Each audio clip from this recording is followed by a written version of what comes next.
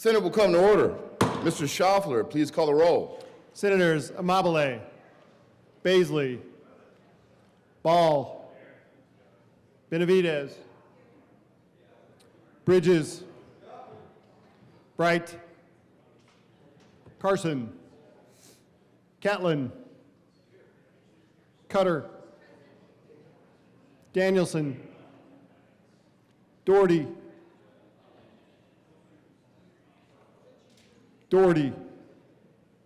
Excused. Exum, Frizzell, Gonzalez, Hendrickson, Judah, Kip, Kirkmeyer, Colker, Excused.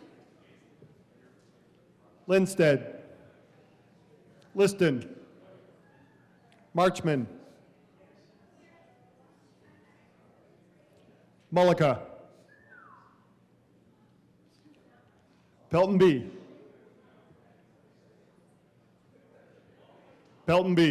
Excused. Pelton R, Rich, Roberts, Rodriguez, Simpson, Snyder, Snyder.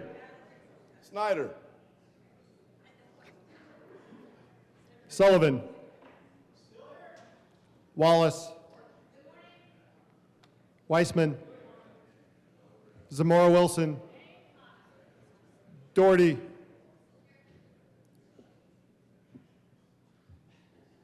Mr. President. Let's do this. The morning roll call is 33 present, 0 absent, 2 excused. We have a quorum. Mr. Minority Leader, would you please lead us in the Pledge of Allegiance? Thank you, Mr. President. Colleagues, guests, please join me in the Pledge of Allegiance. I pledge Allegiance to the flag of the United States of America and to the republic for which it stands, one nation, under God, indivisible, with liberty and justice for all. Approval of the Journal. Senator Bridges. I didn't sign up for this, but I do move the Journal of the Senate of, is this for yesterday? For Wednesday, May the 6th, be with you. I don't think that goes as well. 2026, be approved, but only as corrected by the Secretary. Must include the corrections. We trust the Secretary. That's correct. Thank you. you. The motion. I'm so happy to do this. All those in favor say aye. Opposed, no. No. You vote no on your own motion. Excellent. The ayes have it, and that motion is adopted. Senate Services. Correctly printed, Senate Bill 193. Correctly engrossed, Senate Bill 125, 184, 186, 187, 188, 189, and 191. Correctly re-engrossed, Senate Bill 167 and 181. Correctly revised, House Bill 1015, 1341, 1420, and 1423. Correctly re-revised, House Bill 1028, 1069, 1078, 1132, 1196, 1210, 1224, 1227, 1282, 1314, 1317, 1336, 1338, 1344, and 1347.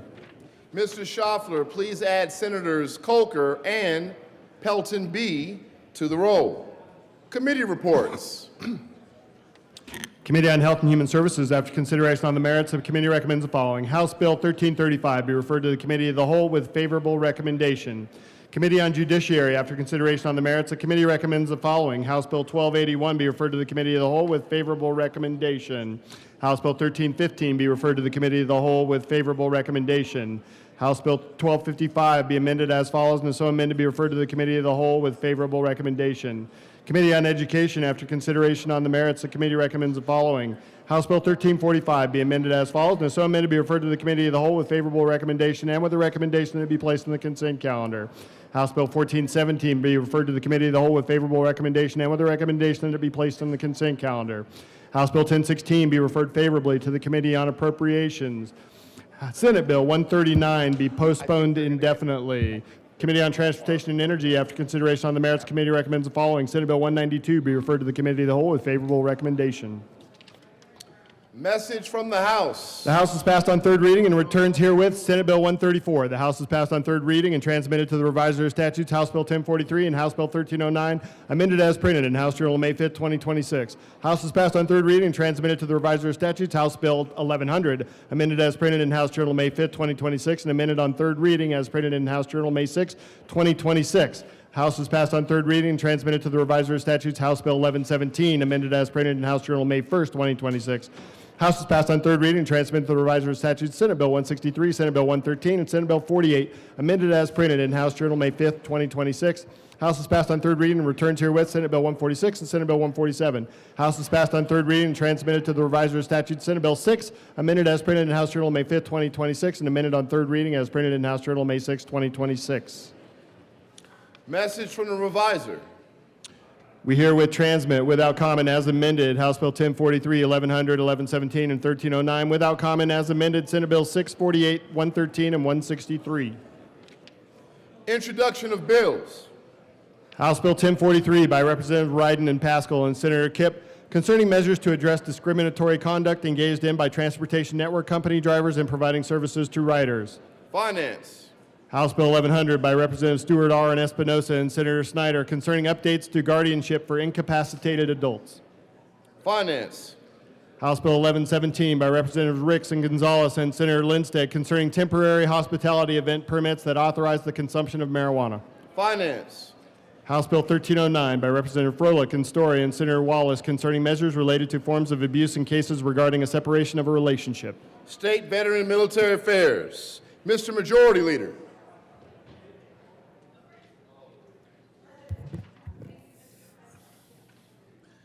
Everybody listen up.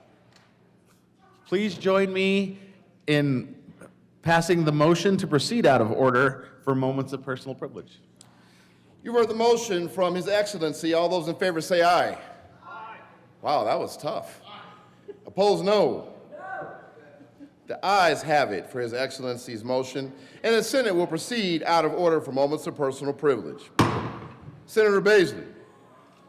Thank you, Mr. President. Mr. President, I request a moment of personal privilege. Granted. Thank you, Mr. President. So, colleagues, last month, Colorado lost a giant in journalism, that one profession that is defended and promoted in our United States Constitution. On April 1, Fred Brown, a longtime Capitol reporter and columnist, passed away.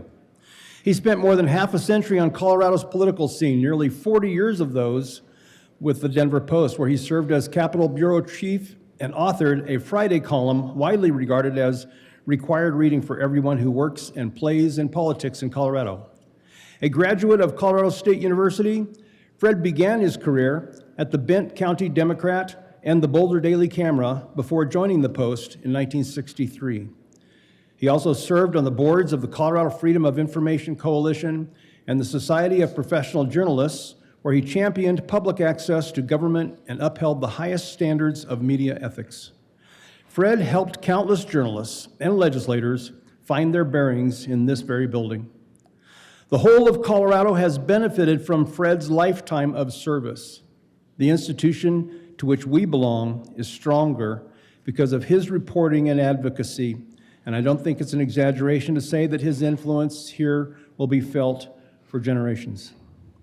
I recently learned that when Fred retired from the Post in 2002, he was afforded the rare privilege of addressing the Senate from this very place where I am standing.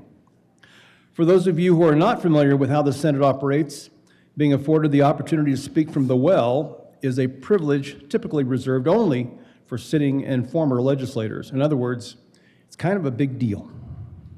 And in that valedictory, he remarked that the Capitol hadn't seen the last of him, and indeed it has not. In fact, Fred never left. In fulfillment of Fred's promise that he wouldn't be gone too far, this Fred Brown mask on your desks has been hanging in the third-floor press room for the last quarter century, as recently discovered by Taylor Boyer of our staff. You will find reproductions of those masks on your desks today.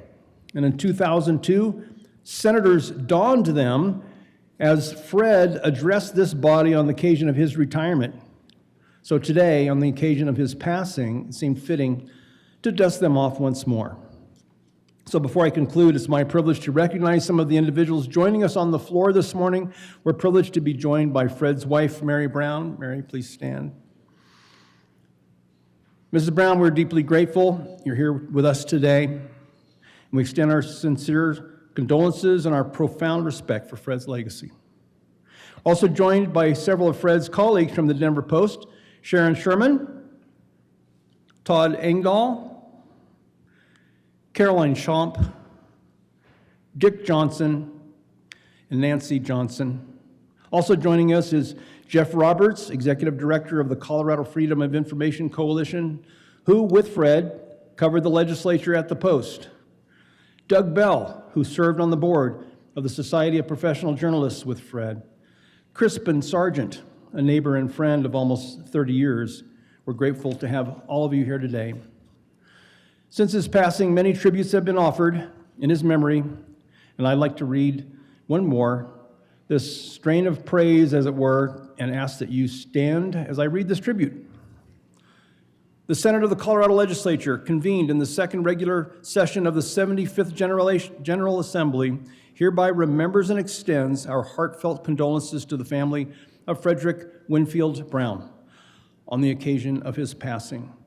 Fred Brown was a veritable giant on the political and governmental scene in Colorado, serving for more than half a century in countless roles, including as a journalist, commentator, and good government advocate. Fred left an indelible impression upon all who had the honor and privilege of knowing him. To some, he was known as Ethical Fred, to others, Mr. Smarty Pants. Yet regardless of how he was known, he merited universal renown as one who was gentle, fair, brilliant, and principled.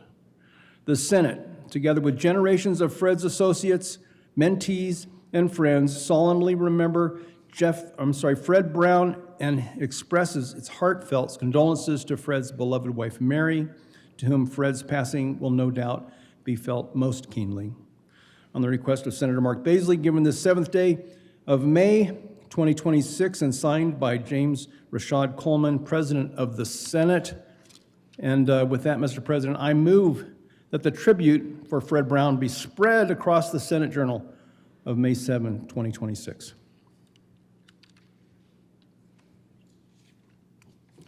The motion is that the tribute for Mr. Brown be spread across. All those in favor say aye. Aye. Opposed, no. The ayes have it. That motion is adopted. Thank you, Mr. President.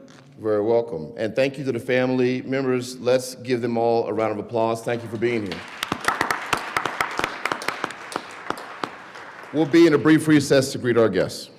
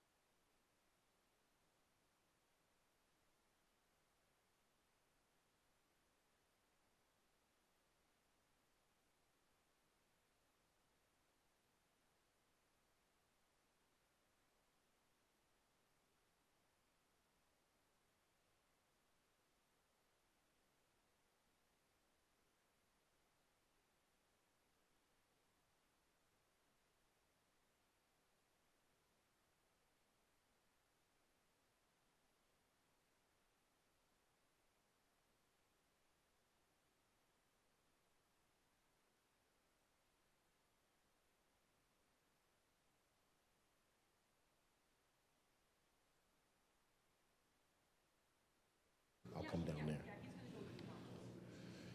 Members, upon request, we would like to take a photo with everybody holding up their masks over their faces to recognize Mr. Brown, and we'll do that as soon as everybody gets back to their desk and gets their photo placed over their faces.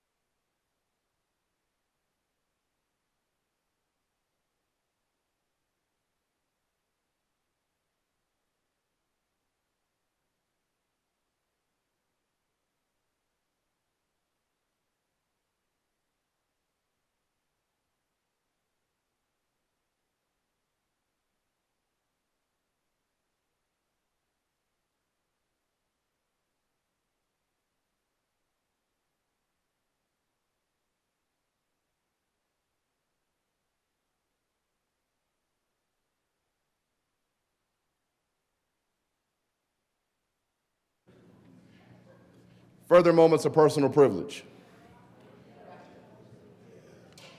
Further moments of personal privilege.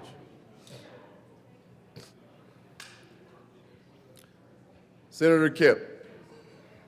Thank you, everybody. My good call. Mr. President, may I have a moment of personal privilege? Granted. Thank you. I don't want to mess that up again. At any rate, we did read this tribute on Monday for National Nurses Week, and we want to let you all know that the nurses are in the building today, so make sure you say hi to them. Oh, and my good colleague from Thornton, as our resident nurse in the Senate, is joining me. So thank you. Very good. Seeing no further moments of personal privilege, consideration of resolutions, Mr. Majority Leader.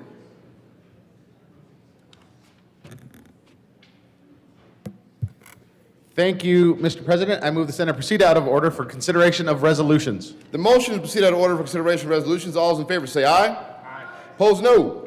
The ayes have it. That motion is adopted. We will proceed out of order. Consideration of resolutions. Mr. Schaffler, please read the title of SR 009. Senate Resolution 009 by Senator Simpson concerning ALS Awareness Month. Mr. Minority Leader. Thank you, Mr. President. Colleagues, as we approach the end of the session, and I'm sure still quite a bit of spirited discussions yet to come, I would encourage you to take a moment this morning to join me in recognition of this resolution, which would be very near and dear to me, and would I move Senate Resolution 26-009 and ask that it be read at length. Mr. Schaffler, please read SR 009 at length. Whereas amyotrophic lateral sclerosis, also commonly known as Lou Gehrig's disease or ALS, is a progressive, fatal neurodegenerative disease in which a person's brain loses connection with their muscles, slowly reducing a person's ability to walk, talk, eat, and eventually breathe. And whereas thousands of new ALS cases are reported every year, and estimates show that every 90 minutes someone is diagnosed with ALS and someone passes away from ALS. And whereas on average, patients diagnosed with ALS survive only 2 to 5 years from the time of diagnosis. And whereas the exact causes of ALS are unknown, although a small percentage of cases are hereditary and there is no known cure for ALS. And whereas people who have served in the military are more likely to develop ALS and die from the disease than those with no history of military service. And whereas securing access to new therapies, durable medical equipment, and communication technologies is of vital importance to people living with ALS. And whereas clinical trials play a pivotal role in evaluating new treatments, enhancing quality of life, and fostering assistive technologies for those living with ALS. And whereas multidisciplinary care clinics improve survival rates by providing comprehensive care for patients with ALS, clinic care includes neurology, pulmonology, nutrition, physical therapy, occupational therapy, social work, and palliative care. And whereas the ALS Association is the largest philanthropic funder of ALS research globally and has committed more than $154 million to support more than 550 projects across the United States and 18 other countries. And whereas the ALS United Rocky Mountain Organization provides Colorado, Wyoming, and Utah support for several multidisciplinary ALS clinics, including those throughout Colorado offered by National Jewish Health and the University of Colorado Anschutz Medical Campus. And whereas the ALS Association and other nonprofit organizations are committed to making ALS livable and curing it for everyone, everywhere. And whereas ALS Awareness Month provides an opportunity to increase public awareness of the dire circumstances of people living with ALS and acknowledge the terrible impact this disease has on those individuals and their families. Most importantly, it can help provide support for research to eradicate this disease and for multidisciplinary ALS clinics to administer comprehensive care for patients with ALS. And whereas patients with ALS have incredible courage and inspire their families, caregivers, and the community at large, now, therefore, be it resolved by the Senate of the 75th General Assembly of the State of Colorado. 1, that we, the members of the Colorado Senate, do hereby proclaim the month of May 2026 as ALS Awareness Month. And 2, that we call upon all Coloradans to join in supporting ALS research, advocating for increased funding, and standing in solidarity with those affected by this relentless disease. Be it further resolved that copies of this resolution be sent to Dr. Jenny Tavi, Chief of the Division of Neurology and Behavioral Health at National Jewish Hospital, Dr. Laura Foster at UC Health Neurosciences Center at Anschutz Medical Campus, the ALS Association, the ALS United Rocky Mountain Organization, Gretchen Hammer, Executive Director of the Colorado Department of Healthcare Policy and Financing, and Paul O'Neill, an ALS caregiver. Mr. Minority Leader. Thank you, Mr. President. Colleagues, please be seated. Try to gather myself and try to be coherent in this conversation, but ALS remains incurable. The landscape is dramatically different from the early 1990s when my mom passed away. It's really revolved around earlier and more accurate diagnosis, multiple FDA-approved treatments, genetic therapies in active development, biomarkers that allow earlier intervention, and a deeper understanding of disease mechanisms. For families who've lost loved ones decades ago, this progress is meaningful, and the pace of discovery is accelerating. And like I've spoken before, my mom's from symptoms to diagnosis, and in 1993, at her passing, diagnosis was really just about eliminating everything else. Like, she has lupus. No, it's not lupus. She has MS. No, it's not MS. Oh, she has ALS. So from symptoms to diagnosis to her passing was less than 10 months. So again, maybe blessed, maybe blessed in that space. She died a couple of weeks after her 49th birthday. And appropriate this Sunday is Mother's Day. It'll be the 33rd Mother's Day with my mom in heaven looking down on us. So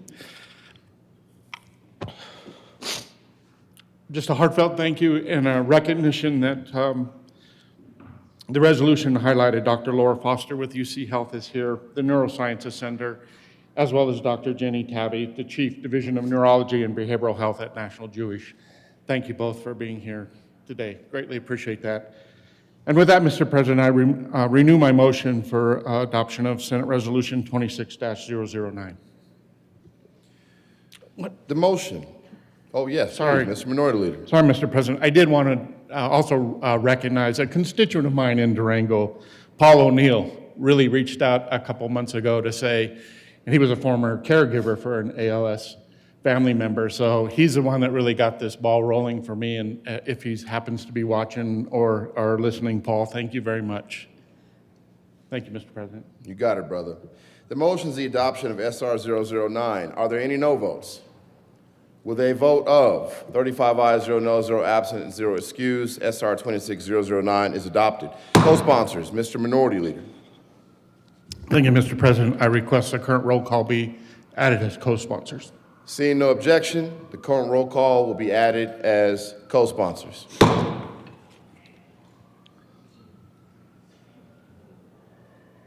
Committee reports. Committee on Appropriations, after consideration on the merits, the committee recommends the following. Senate Bill 148 be postponed indefinitely. Senate Bill 185 be referred to the Committee of the Whole with favorable recommendation and with a recommendation to be placed in the consent calendar. House Bill 1004 be referred to the Committee of the Whole with favorable recommendation. House Bill 1014 be referred to the Committee of the Whole with favorable recommendation. House Bill 1111 be amended as follows, and so amended be referred to the Committee of the Whole with favorable recommendation. House Bill 1206 be referred to the Committee of the Whole with favorable recommendation. House Bill 1287 be referred to the Committee of the Whole with favorable recommendation. House Bill 1428 be amended as follows, and so amended be referred to the Committee of the Whole with favorable recommendation and with a recommendation to be placed in the consent calendar. Senate Bill 178 be amended as follows, and so amended be referred to the Committee of the Whole with favorable recommendation. Senate Bill 193 be referred to the Committee of the Whole with favorable recommendation. Special orders, second reading of bills, Mr. Majority Leader. Thank you, Mr. President. I move to lay over special order second reading of bills until later in the day. The motion is laid over the special order, second reading of bills counted later in the day. All those in favor say aye. Opposed, no. The ayes have it, and that motion is adopted. Special order, second reading of bills counted later until later in the day. Third reading of bills, consent calendar. Mr. Schaffler, please read the titles of all the bills on the consent calendar. Senate Bill 186 by Senators Marchman and Baisley and Representatives Titone and Kelty concerning updates to the Workers' Compensation Act of Colorado necessitated by technology updates. Senate Bill 188 by Senators Amabile and Kirkmeyer and Representatives Brown and Taggart concerning the transition of residential treatment programs to the statewide managed care system for Medicaid members who are in the custody of a county Department of Human or Social Services. House Bill 1420 by Representatives Pascal and Richardson and Senators Colker and Peltonar concerning changes to the approval process for light mitigating technology that is required to be installed at certain wind-powered energy generation facilities. House Bill 1341 by Representatives Johnson and Senator Peltonar concerning a modification to the service period during which the Colorado Agricultural Development Authority may allocate its portion of the private activity bond state ceiling allocation.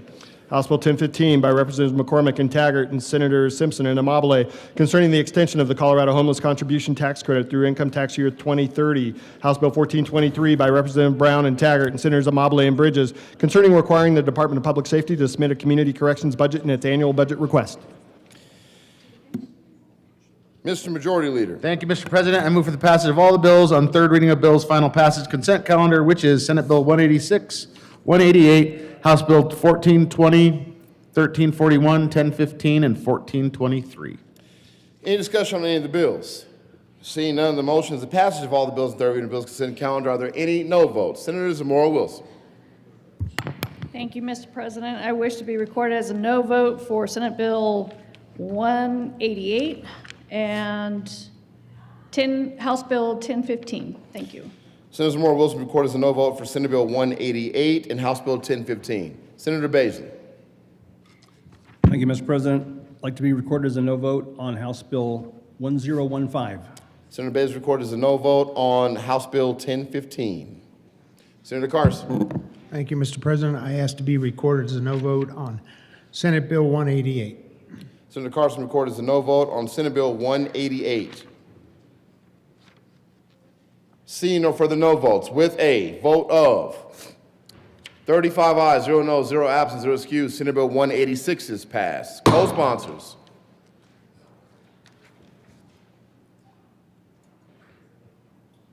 Please add the president. And this is co-sponsors on 186. And Senator Kipp. With a vote of 33 ayes, 2 noes, 0 absent, 0 excused, Senate Bill 188 is passed. Co-sponsors.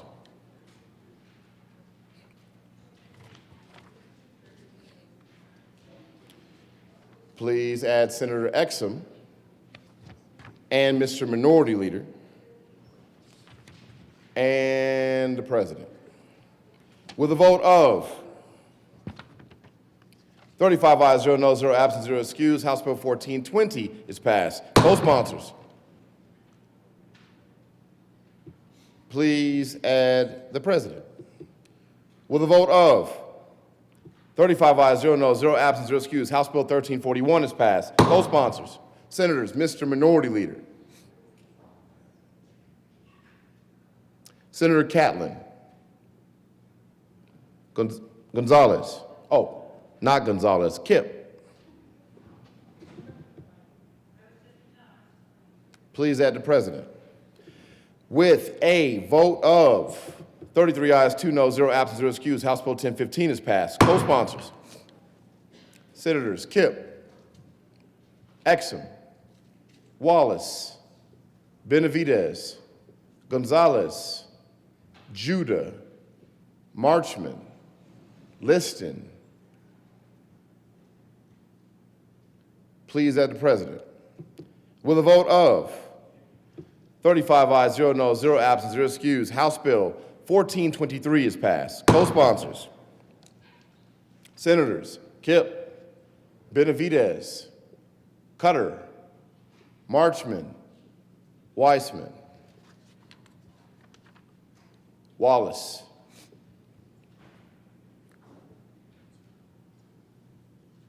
Gonzalez, Judah.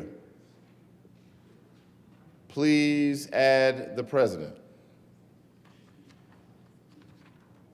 Third reading of bills. Final passage. Mr. Schaffler, please read the title of Senate Bill 191.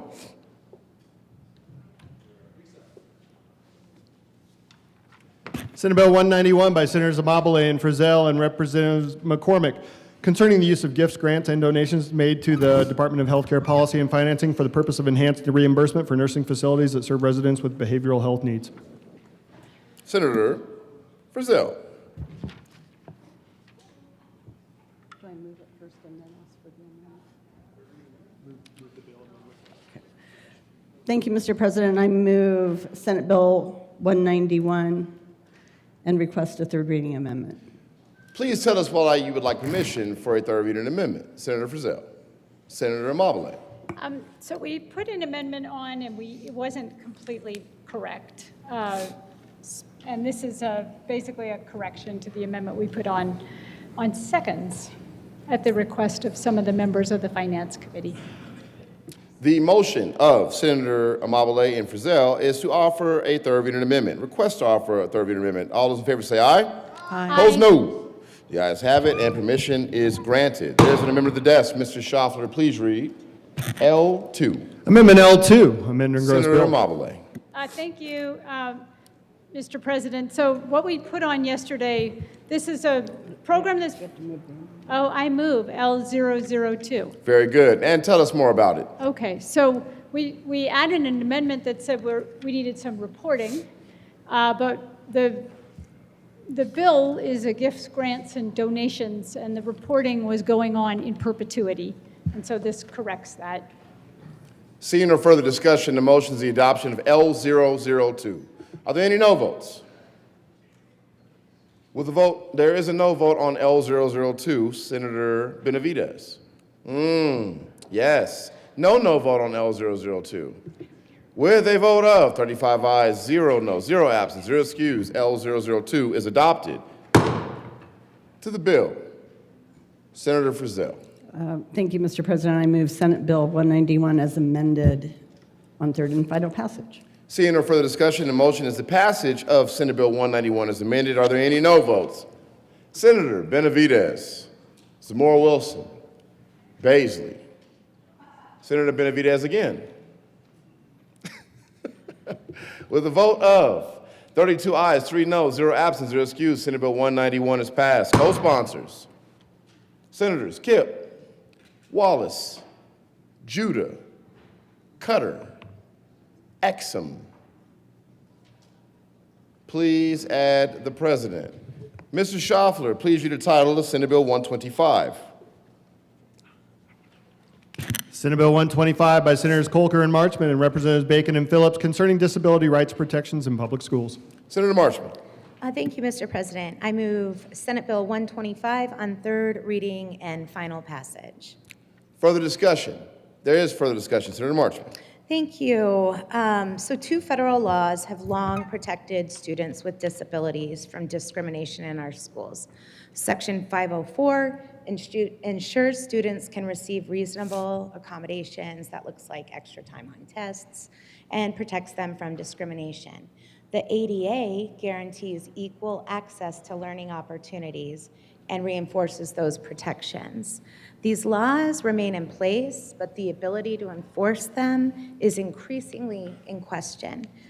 For decades, the U.S. Department of Education's OCR has monitored and enforced 504 and the ADA in public schools.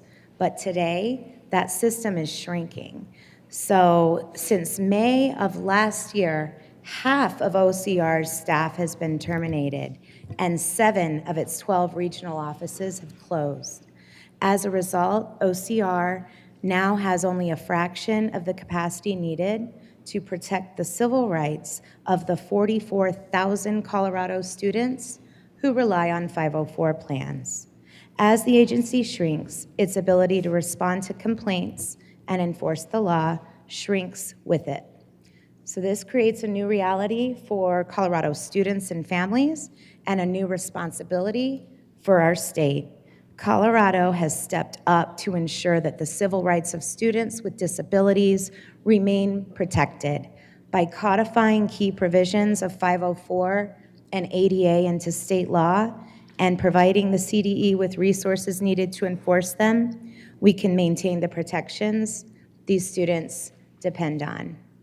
We heard a quote in committee that I'm going to share here.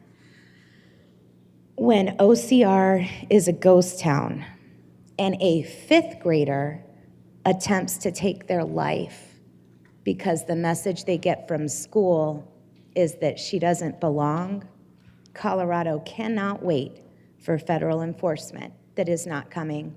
I urge and I vote on Senate Bill 125. Further discussion? Seeing no further discussion, the motion is the passage of Senate Bill 125. Are there any no votes? Senators, Mr. Minority Leader, Kirkmeyer, Frizzell, Zamora Wilson, Pelton B., Bright, Carson, Catlin, Pelton R., Liston, Baisley, with a vote of 24 ayes, 11 noes, 0 absent, 0 excused, Senate Bill 125 is passed. Co-sponsors, Senators Kipp, Danielson, Amabile, Cutter, Benavidez, Judah, Gonzalez, Mr. Majority Leader, Snyder, Henriksen, Sullivan, Lindstedt, Exum, Mullica, Roberts, Ball, Weissman. Please add the President. Mr. Schaffler, please read the title of Senate Bill 187. Senate Bill 187 by Senators Amabile and Bridges and Representatives Brown and Taggart concerning the creation of a commission to study Medicaid and in connection therewith making an appropriation. Senator Amabile. I move Senate Bill 187 and ask for permission to run a third reading amendment. Oh, heck no. Please tell us why, Senator Amabile. Nobody hates me more than me today. Oh, nobody hates you, full stop. We had a stakeholder at the last minute who asked for this amendment, and it seems like a good amendment, and so I would love to get your permission to run it. The motion, Senator Bridges. Okay. Senator Bridges? Well, No? just to make sure that we don't have to see this bill again later on. This is for all of our benefit. Excellent. The motion is the permission to request a third reading amendment, offer a third reading amendment. All those in favor say aye. Aye. Opposed, no. The ayes have it, and permission has been granted. There's an amendment of the desk. Mr. Schaffler, please read L2. Amendment Senator L2. Amabile. Thank you, Mr. Chair. So this bill is the bill that, I'm sorry, Mr. President, I'll pay $5. No, you're good. You corrected it. Because We're I've good. really, taken up a lot of time here. I move L2. To the amendment. Thank you, Mr. President. We had a stakeholder who wanted to make sure that their group was included in this bill. This is the Medicaid Commission. And of course, we absolutely intended for them to be a part of this, but it didn't explicitly say that, and so this amendment adds managed care entities as a stakeholder who we are going to engage with. Further discussion on the amendment. Seeing none, the motion is the adoption of L002. Are there any no votes on L002? With a vote of 35 ayes, 0 noes, 0 absent, and 0 excused, L002 is adopted. To the bill, further discussion. Senator Amabile. I move passage of Senate Bill 187 as amended. Seeing there's further discussion. Senator Bridges. Thank you, Mr. President. Very briefly, folks, the reason for this bill is that Medicaid is an ever-increasing percentage of our budget. It, for the first time in the history of the state, became the single largest piece of our budget last year. We have to get these costs under control. This is a challenge that is faced by every state in the country. We have some additional fiscal challenges here in this state that make it even harder for us. We need to address the rising costs, and this bill creates the mechanism through which we will do that. Senator Kirkmeyer. Thank you, Mr. President. And I would just like to add to this. This is a JBC bill. And it's not only to just address and look at the rising costs and what's going on in these programs, it's also because I think we all know throughout this last year, we've had cases of fraud that cost us millions of dollars. We had the federal government come in and do an audit of our one of the other programs as well, and pointed out all of the mismanagement, not following their own guidelines kind of things with regard to this department. We have had, as we've gone through the Joint Budget Committee, on top of this, every time we ask for data, it seems like we don't get complete data or we don't get accurate data, and then the data changes on us. So this is really about how do we look at improving the management of this department and how we're going to provide the services that need to be provided and get the program in line so that we can actually afford it and do what we need to do for the people of the state of Colorado. That's why this is so important. Ask for an aye vote. Further discussion? Seeing none, the motion is the passage of Senate Bill 187 as amended. Are there any no votes?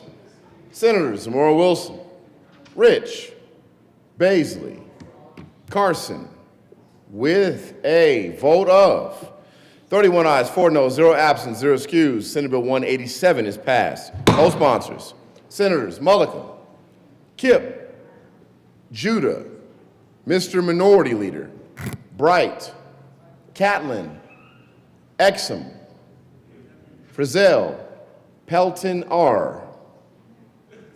Co-sponsors on 187, Marchman, Cutter, Snyder, Ball.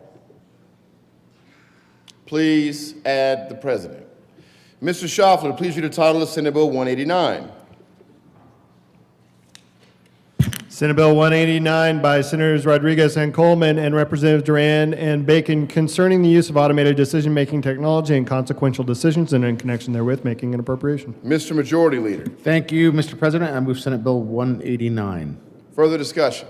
Mr. Majority Leader. Thank you, colleagues. I didn't speak much yesterday, but I'm taking my own moment of personal privilege here today. I'm going to read you my statement and pontificate a little bit on this bill and ask your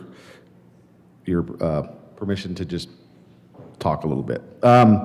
We are standing at the edge of one of the most consequential technological revolutions in human history.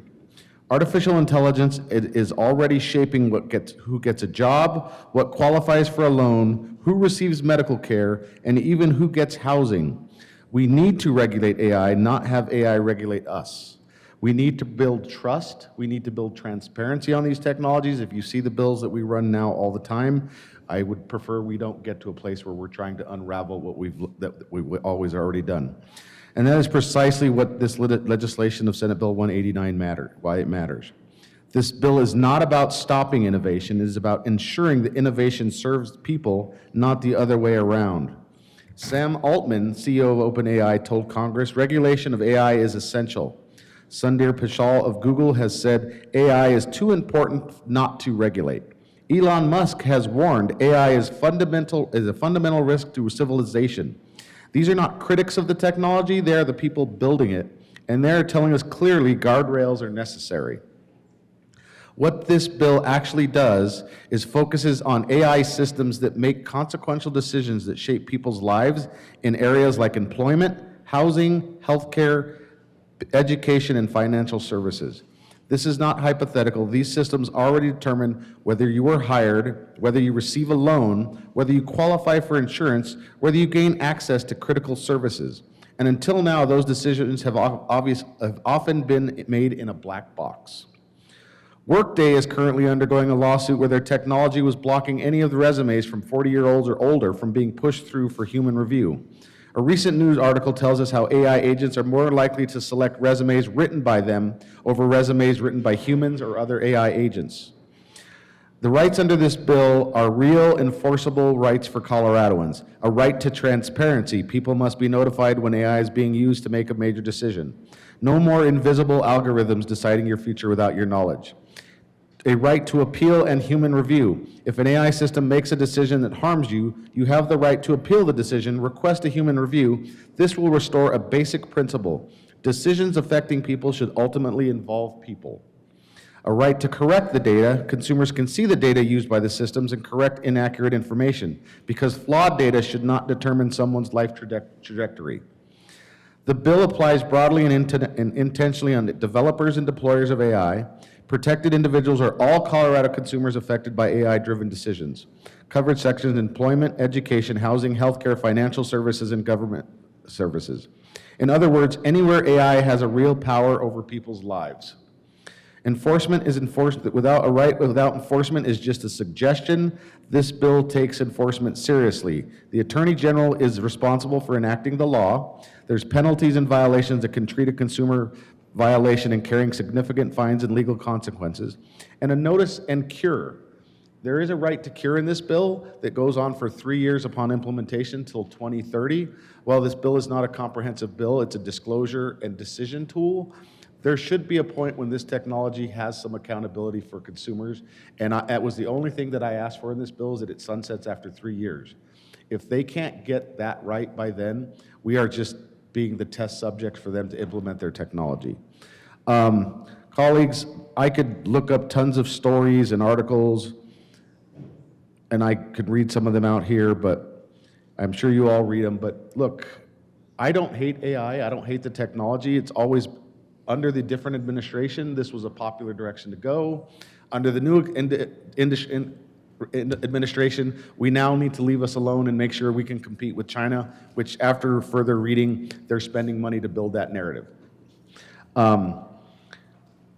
I think this is a simple bill. It's not everything I would have wished for, and I think the task force is not everything they would have wished for, and as many of us know, that's somewhere we're at a good policy. But I'd like to thank everybody over the years. I've ran this bill nationally. If many of you didn't know, Senate Bill 5 was a comprehensive attempt to do something, and maybe it drives federal policy.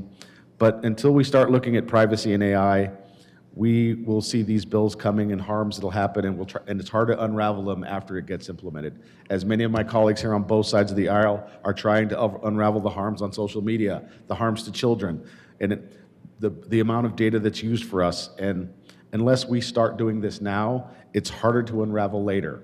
If data minimization, you should only collect what you need to process a transaction. Well, no, now they can collect this and sell and target you, and now it's harder to unravel because now it's become a business and an industry. That is the journey that the rest of you will take after I'm gone, and I think that, and as we see job losses and transitions of the workforce, this is the work that you guys will need to take on for the rest of the state of Colorado. But I just want to thank you for your patience with me over the years in this policy. I am happy to sponsor this. While the timing is not right, other states have looked to do some of the stuff we did in 205, and maybe some point we'll be better along there. But interestingly enough now, the last 3-4 days, the Trump administration has started looking at regulating AI. So, the times are changing. A few years ago, we were like, AI is too important. Now, bipartisanly, we're discussing whether we want data centers in our industry. So, we've been ahead of the game in this in Colorado, and while I want industry to come here, I want industry to come here responsible and safe and making sure they're helping consumers. And everything with technology is about trust and transparency, and I think this bill is the first step. So I humbly ask for an aye vote. Further discussion on 189? Seeing no further discussion, the motion is the passage of Senate Bill 189. Are there any no votes?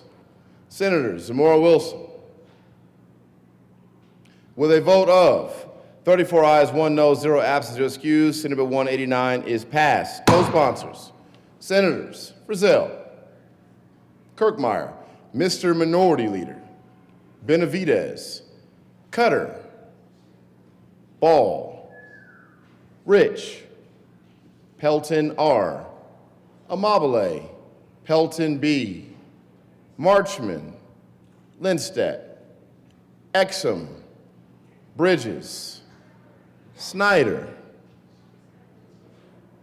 Colker,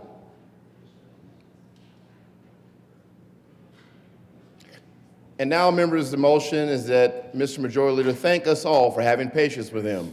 Are there any no votes? Senator Bridges. I should have said all those in favor, say aye. Mr. Schaffler, please read the title of Senate Bill 184. Senate Bill 184 by Senators Rodriguez and Ball and Representatives Carter and Mabry concerning benefits for firefighters who contract certain conditions. Mr. Majority Leader. Thank you, Mr. President. I move for the passage of Senate Bill 184 and ask for an aye vote. Further discussion? There is discussion. Mr. Majority Leader. Thank you, Mr. President. Colleagues, I know we had a good, healthy discussion on this bill yesterday. I looked back through the history of this bill when this trust was created in 2007 in a nonpartisan chamber in both chambers and got passed. I talked to the sponsor who carried it. Interestingly enough, everybody who still opposes these changes opposed having a trust.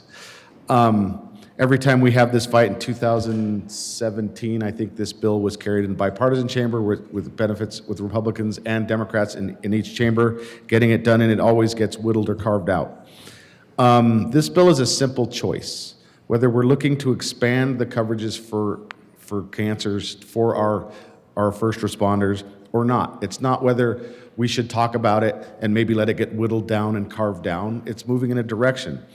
I don't know if more discussions would be, either we choose to add these cancers to the coverage, or we let us sit here and come up with ways to filibuster and find ways to carve out less coverages to protect the people that come in and try to save us every day. So I thank you for all the discussion. I get the arguments on both sides, but this has always been about a decision of whether we're going to protect those that protect us or not. Now, is it the best bill? Maybe not. Could we have done more? Maybe so. Could we have done less? Maybe yes. But just know that's what you're voting on, and I respect both sides in the discussion we're having for both chambers. And I know that nobody here hates firefighters. Thank you, and ask for an aye vote. There is further discussion. Senator Liston.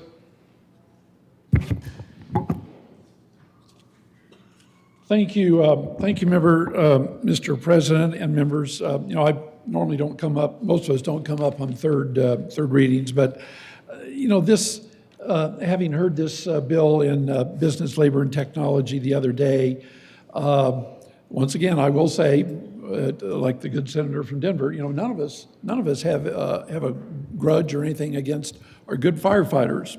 That's not what this is about.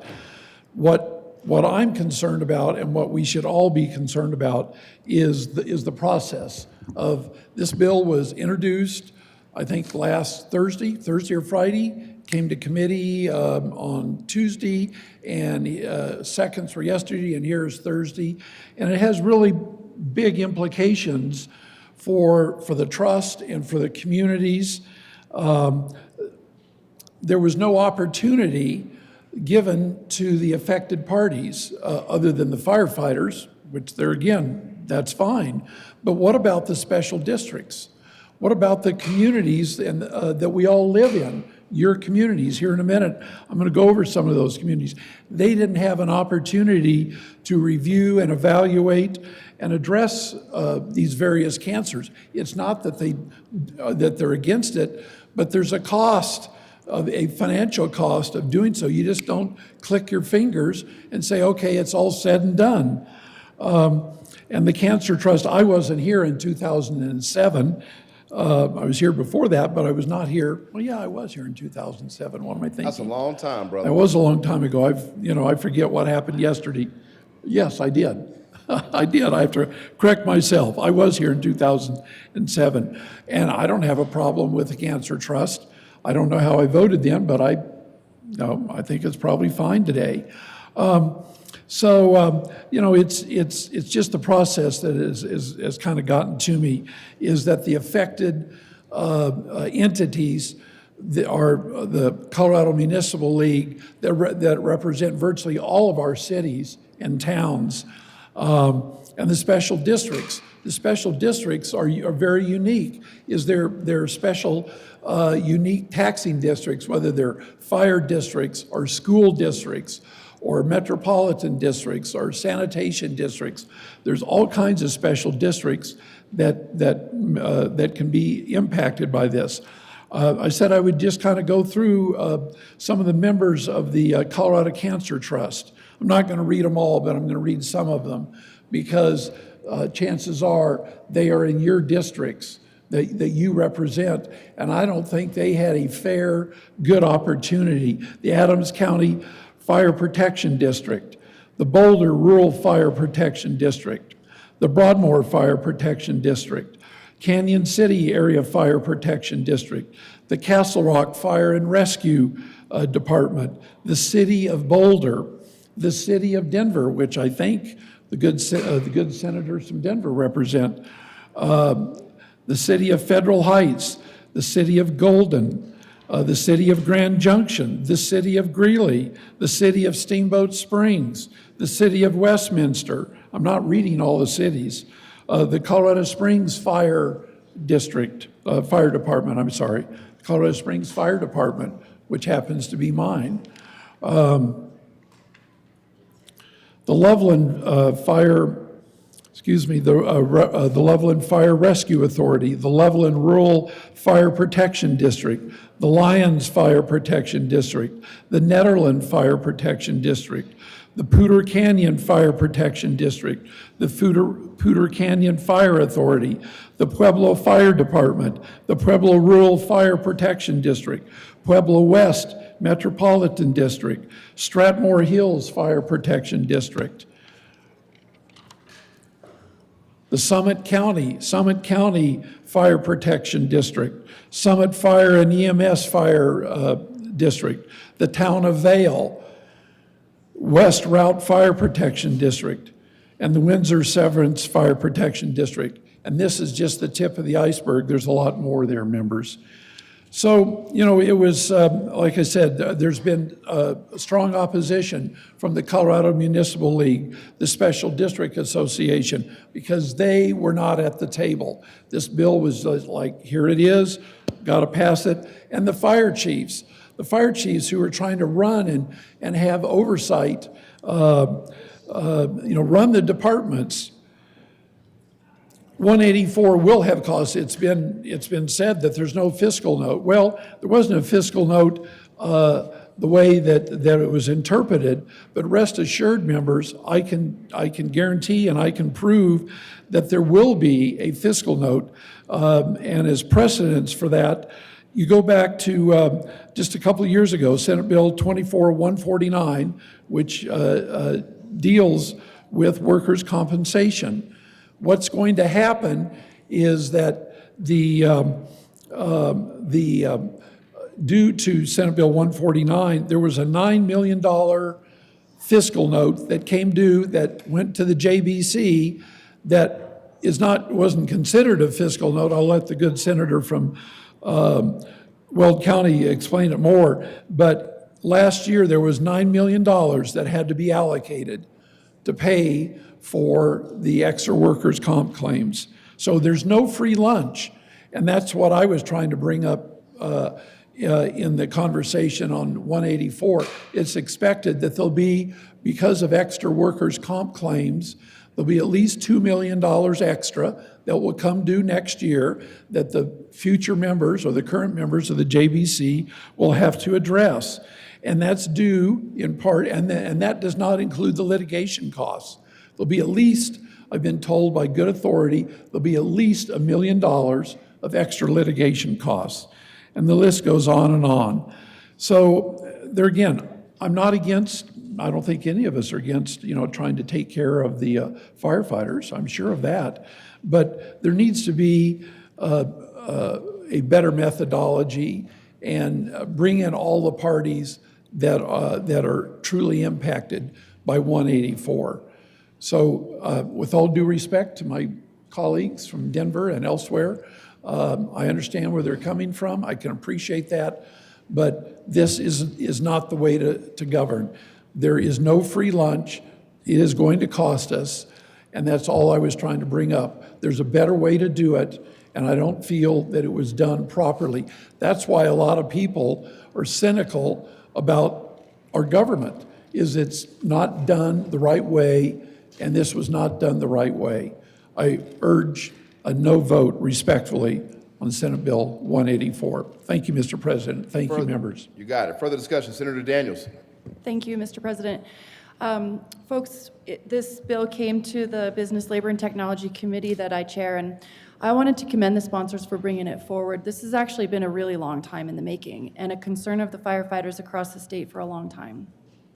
I stand in strong support of Senate Bill 184 precisely because it is the firefighters who came to us and said, what's happening to our firefighters is that because of their work, because of their response to the emergency needs of our communities all across Colorado, they are exposed to carcinogens at an extremely high rate, and it is impacting their health, their families, and our broader community because we depend on them.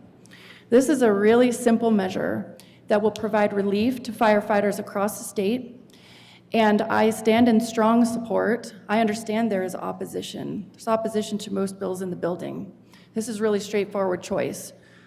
I choose to support the firefighters and their families and our communities by providing this relief to people who are suffering from cancers because of the job that they do for us as first responders, day in and day out.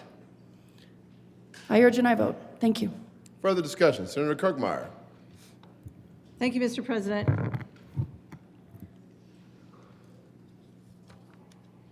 My opposition isn't about whether or not we support firefighters.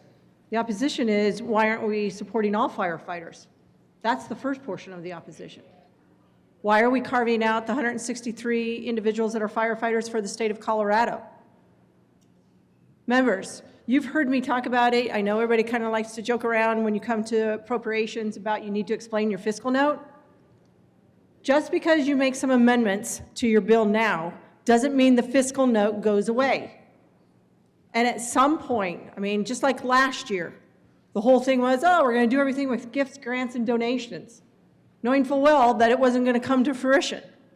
That's why we started requiring that you put in a repeal. You don't get your gifts, grants, and donations, you've got to, the bill goes away because we can't keep affording to do new programs. The good senator from El Paso County was correct. There was a bill passed a couple of years ago, and guess what? There was a department differential on it. We took away the fiscal note somehow, and it just came back the next year with a $9 million fiscal note on it. It was actually almost comical when we were talking about this at the Joint Budget Committee, because one of our members didn't realize it was his bill, and so I pointed it out to him. But they eliminate the fiscal note, and then it comes back later, $9 million. This fiscal note originally said that it was going to be $2.1 million in 26-27, and that would jump to $4.1 million in 27-28. Where's the $4 million coming from? Because it's going to be there. They'll file worker comp claims anyways because you're stating, this law states that it's creating a legal presumption that certain types of cancers are a result of the firefighter's employment or service and confers eligibility for workers' compensation. Regardless if you took them out of the bill or not, we're still going to have a fiscal note. So what is it that you think we should cut? Where's the priority? These are the things that we have to face and have faced at the Joint Budget Committee. You don't get to keep going around trying to, well, apparently you do, because this bill's probably going to pass. But you shouldn't get to keep, and we should not be irresponsible and keep maneuvering around with the budget. We know there will be a fiscal note. And yet here we are saying, no, no fiscal note. So next year when this comes up, or the following year, what is it that you think we're going to cut? Is this more important than neglected and abused kids? Is this more important than individuals with intellectual and developmentally disabled children? Is it more important than that? If it is, just say so, and let's make it a priority, and let's actually vote on it, but address it from a budgetary perspective. Instead, by cutting out the 163 individuals that work for the state of Colorado that are firefighters, you're basically sending a couple messages. We're basically sending a couple messages with this bill now, that we don't value them in the same way that other firefighters are valued throughout the state. And the other thing is we're saying that, yeah, you guys can just deal with this being a priority somewhere down the line and figure out somebody else to cut. These are the decisions that we all have to be making. Doesn't just happen at the Joint Budget Committee, it happens over here as well across the street. We all have to be making these decisions, and we can't just go hiding it by saying, oh, we're just going to say there is no fiscal note, when we know in reality there is. And by the way, you've got a lot of local governments, you don't talk about the impact to them in this bill, and you've got a lot of local governments that are opposed to the bill. There may have been a way to work this out, or maybe they understand that through workers' comp, if the data is there and it can be proven, that they probably could have already made a claim through workers' comp in the first place. So Again, I'm asking for a no vote. It's not because I don't support firefighters. I have a record of supporting firefighters. You can go look at it. But it's because we need to have truth in fiscal notes. And I've said this before. It's not funny. It's a real thing that happens over at the Joint Budget Committee. Decisions have to be made, priorities have to be made, and it's a real decision that has to be made. We don't get to keep trying to figure out a way to maneuver around a fiscal note that actually should be a fiscal note. And that is why I ask you all to explain your fiscal notes, so you understand that there are fiscal notes on these bills. And when you're saying that you've eliminated them, that you need to understand that it's eliminated. So that means that if next year that program needs to be eliminated because you didn't put a fiscal note on it, and now they're coming in through the budget process saying they need more money, probably going to have a bill next year that eliminates this program. So anyways, I'm a no vote on 184. I would ask for a no on 184 from everyone. Seeing no further discussion, the motion is the passage of Senate Bill 184. Are there any no votes? Senators, Mr. Minority Leader, Frizzell, Zamora Wilson, Kirkmeyer, Rich, Pelton B, Baisley, Bright, Liston, Carson, Pelton R, Catlin, Snyder. With a vote of 22 ayes, 13 noes, 0 absent, 0 excused, Senate Bill 184 is passed. Co-sponsors, Senators Danielson, Wallace, Kipp, Gonzalez, Benavidez, Exum, Weissman, Lindstedt, Marchman, Sullivan, Mullica. Please add Senator Kolker, and please add the President. Mr. Majority Leader. Thank you, Mr. President. Colleagues, we are going to pause for a little bit to pull up some special orders calendars. So it'll take a little bit of time. So please be patient, come back, be ready to hear and run your bills. Ask for a pause. And would you also like to grant leave JBC? I'll do that before we go in. Excellent work. We're in the Senatorial 5.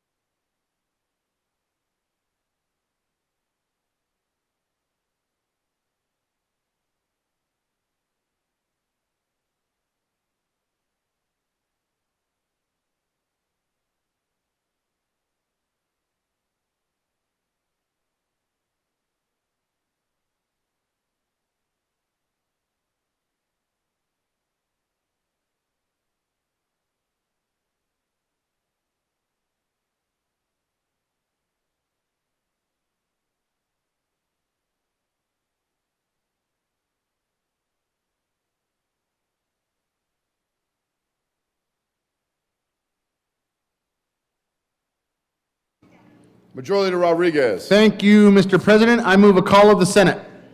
A call of the Senate has been moved and properly sustained. Will the sergeants please close the doors, allow no senators to leave, and return those who are absent from the chambers? Mr. Schaffler, please call the roll. Senators Amabile, Baisley, Ball, Benavidez, Bridges, Bright, Carson, Catlin, Cutter,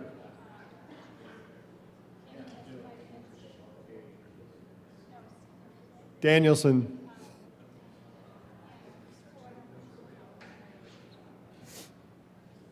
Doherty, Exum, Frizzell,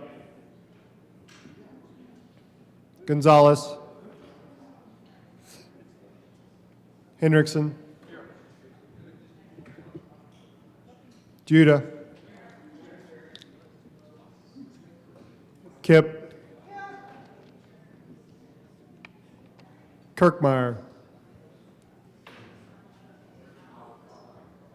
Colker, Lindstedt, Liston, Marchman, Mullica, Pelton B, Peltnar,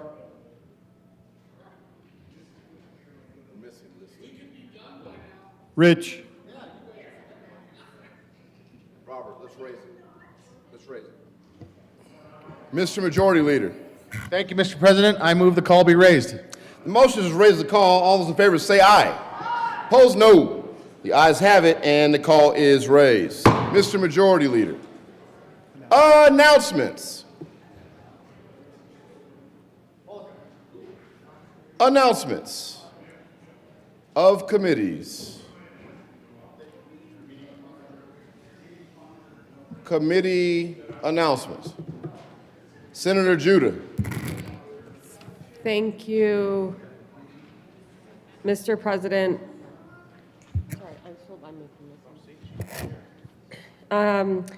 Senate Health and Human Services Committee will meet 15 minutes upon adjournment, 1:30 p.m. actually, and we will hear 1328, 1075, 1298, and 1147.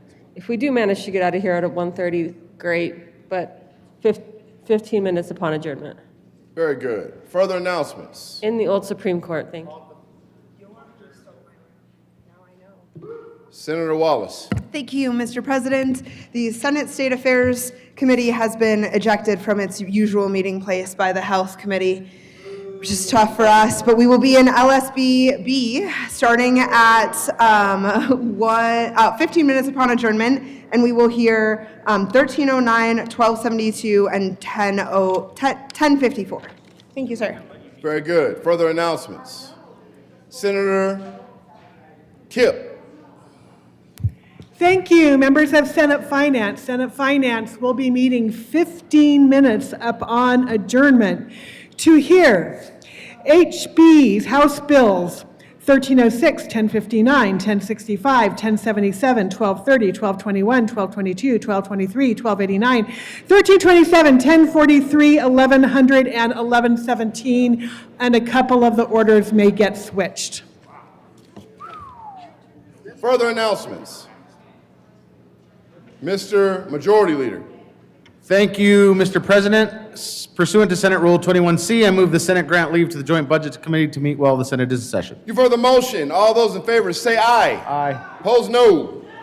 Oh, man. That's too bad. The ayes have it, and that motion is adopted. You ain't got to go home, but you can get up out of here. Mr. Majority Leader. No. We'll do announcements. Go. Thank you, Mr. President. I move the Senate take up special order second reading of bills consent calendar, which includes Senate Bill 185 and House Bill 1428 at the hour of 11:08 a.m. The motion is the Senate take up those bills on special orders considered the hour of 11:08 a.m. All those in favor say aye. Opposed, no. The ayes still have it, and that motion is adopted. The Senate will take up those bills on special orders considered the hour of 11:08 a.m. Special orders, second reading of the bills, consent calendar. Senator Henriksen. Thank you, Mr. President. I move that the Senate resolve itself as a committee of the whole for consideration of special orders, second reading of bills, consent calendar. You've heard the motion. All those in favor say aye. Opposed, no. The ayes have it, and that motion is adopted. The Senate will resolve itself as a committee of the whole consideration of special orders. Second reading of bills, consent calendar. Senator Henriksen will take the chair. Get you something, dog.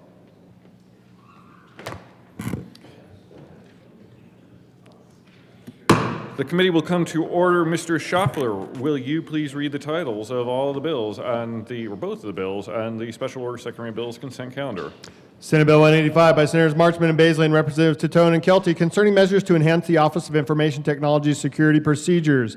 House Bill 1428 by Representatives Sirota and Taggart and Senator Bridges and Kirkmeyer concerning measures to improve the administration of publicly funded programs available to students who are not full-time in-person students and in connection therewith, requiring the Department of Education to report on online and part-time enrichment educational programs and authorizing an extension of the designation of a Board of Cooperative Services to administer the statewide supplemental online and blended learning program. Mr. Majority Leader. Thank you, Mr. Chair. I move for the passage of the bills on special order second reading of bills consent calendar, which is Senate Bill 185 in the Business Labor Technology Report and House Bill 1428 and the Appropriations Report. The motion is for the adoption of all the committee reports and the special order second reading of bills consent calendar. All those in favor say aye. All those opposed, no. Ayes have it. Committee reports are adopted. The new motion is the passage of the bills on the special order second reading of bills consent calendar. All those in favor say aye. Aye. All those opposed, no. The ayes have it, and both bills are adopted. Mr. Majority Leader. Thank you, Mr. Chair. I move the committee rise and report. Motion is for the committee of the whole to rise and report. All those in favor say aye. Aye. All those opposed, no. No. The aye and no has it. Committee will rise and report. You can leave your stuff.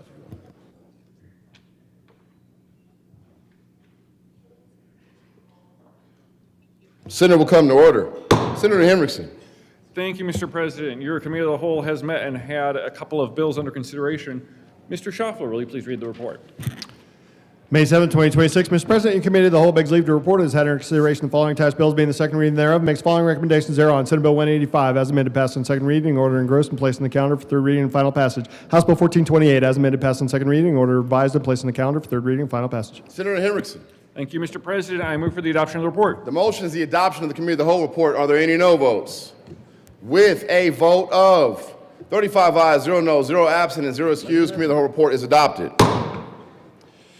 Senate Bill 185 is amended, passed on second reading, order goes placed calendar for third reading and final passage. House Bill 1428 is amended, passed on second reading, order revised, placed calendar for third reading and final passage. Mr. Majority Leader. Thank you, Mr. President. I move the Senate take up special order second reading of bills, which consist of Senate Bill 178, Senate Bill 193, House Bill 1342, 1269, 1225,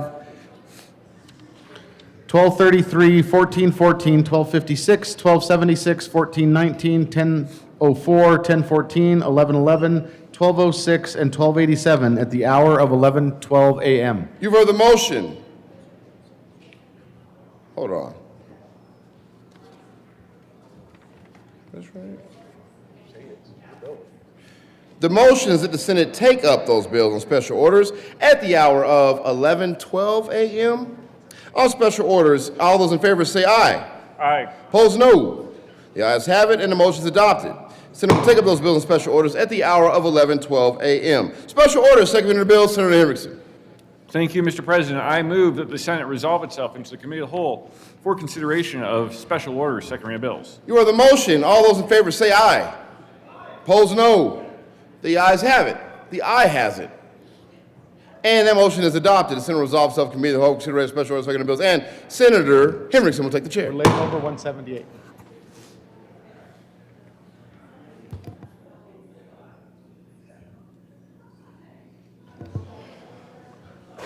You guys will be next. Committee of the Whole will come to order, and the coat roll is relaxed for everybody. Mr. Majority Leader. Thank you, Mr. Chair. I move Senate Bill 178 lay over until Friday, May the 8th. The motion is for Senate Bill 178 to lay over until Friday, May the 8th. All those in favor say aye. All those opposed, no. The ayes still have it, and that bill will lay over until tomorrow, Friday the 8th. Mr. Schaffler, will you please read the title to Senate Bill 193? Senate Bill 193 by Senators Amabile and Kirkmeyer and Representatives Brown and Taggart concerning local ordinances' impacts on state employees. Senator Amabile. Thank you, Mr. Chair. I move Senate Bill 193, and I don't think there are any committee reports. There are not to the bill. No, you go ahead. Well, okay. Senator Amabile. Thank you, Mr. Chair. This is a joint budget committee bill, and it is brought to us because there was some confusion about the state's preemption over local governments with regard to minimum wage. And this bill clarifies that the state is not subject to local minimum wage. And the reason that's important is because the state everybody who's in a certain category has to get paid in the same way. And so you could have a situation where, say, Aspen, the much maligned Aspen, raises their minimum wage to $30 an hour. And if the state has 1 or 2 employees that work there, they would be required to pay every employee this $30 an hour. And we can't afford to do that. And I don't think that anybody ever thought that was something that could or would happen. And so the bill simply clarifies that that can't happen. And the bill also says that the state does not have to pay seat fees, occupational taxes. And I ask for a yes vote. Senator Kirkmeyer. Thank you, Mr. Chair. And just so you all understand, as we went through this, the governor's office did their due diligence in working with the Colorado Winds folks and making sure that they are in support of it, and they signed a new memorandum of understanding to say that they are in agreement as well. In fact, we heard from representatives from Colorado Winds this morning in committee, and they felt very strongly in their support and that they believe that it is their job to ensure that they balance the needs of the entirety of the benefit package. They think that they have met that requirement, and they appreciate having been able to work with the governor's office and us on this bill. So ask for an aye vote.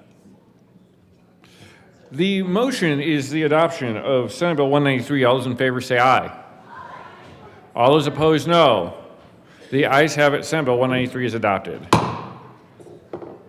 Mr. Schaffler, will you please read us the title to House Bill 1342? Where's Rod? House Bill 1342 by Representatives Stewart Kaye and Lukens and Senator Marchman concerning knowing behavior that lures bears. Ranger Smith, please tell us why we can't feed Yogi. Senator Marchman. Thank you, Mr. Chair. I move House Bill 1342. And I'll just say a couple comments, and then we'll have a little bit of discussion.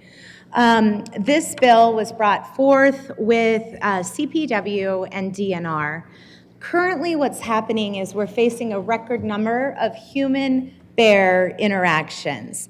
Tourism, increased development can often exacerbate. So these conflicts are increasing as our wildland-urban interface is expanding, people are living where the bears are living, and people continue to push into the bear habitat. In 2024, just for some data, there were 5,000 reports of human-bear conflict, and of those, 50% were related to trash. So this puts an immense strain on CPW, and the division had to spend nearly 600 hours and $800,000 to take care of those 5,000 reports.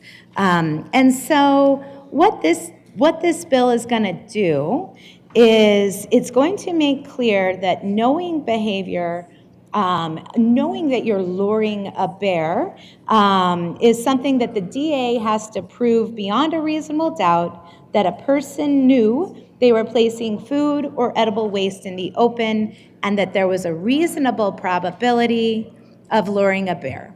The introduced version was less strict. It went from the top strict to the bottom strict, and then we moved it back up to the second highest strict. So it's still going to be hard to prove, but not impossible to prove, that someone is knowingly luring a bear. So I look forward to our conversation and urge your support of this bill. Thank you.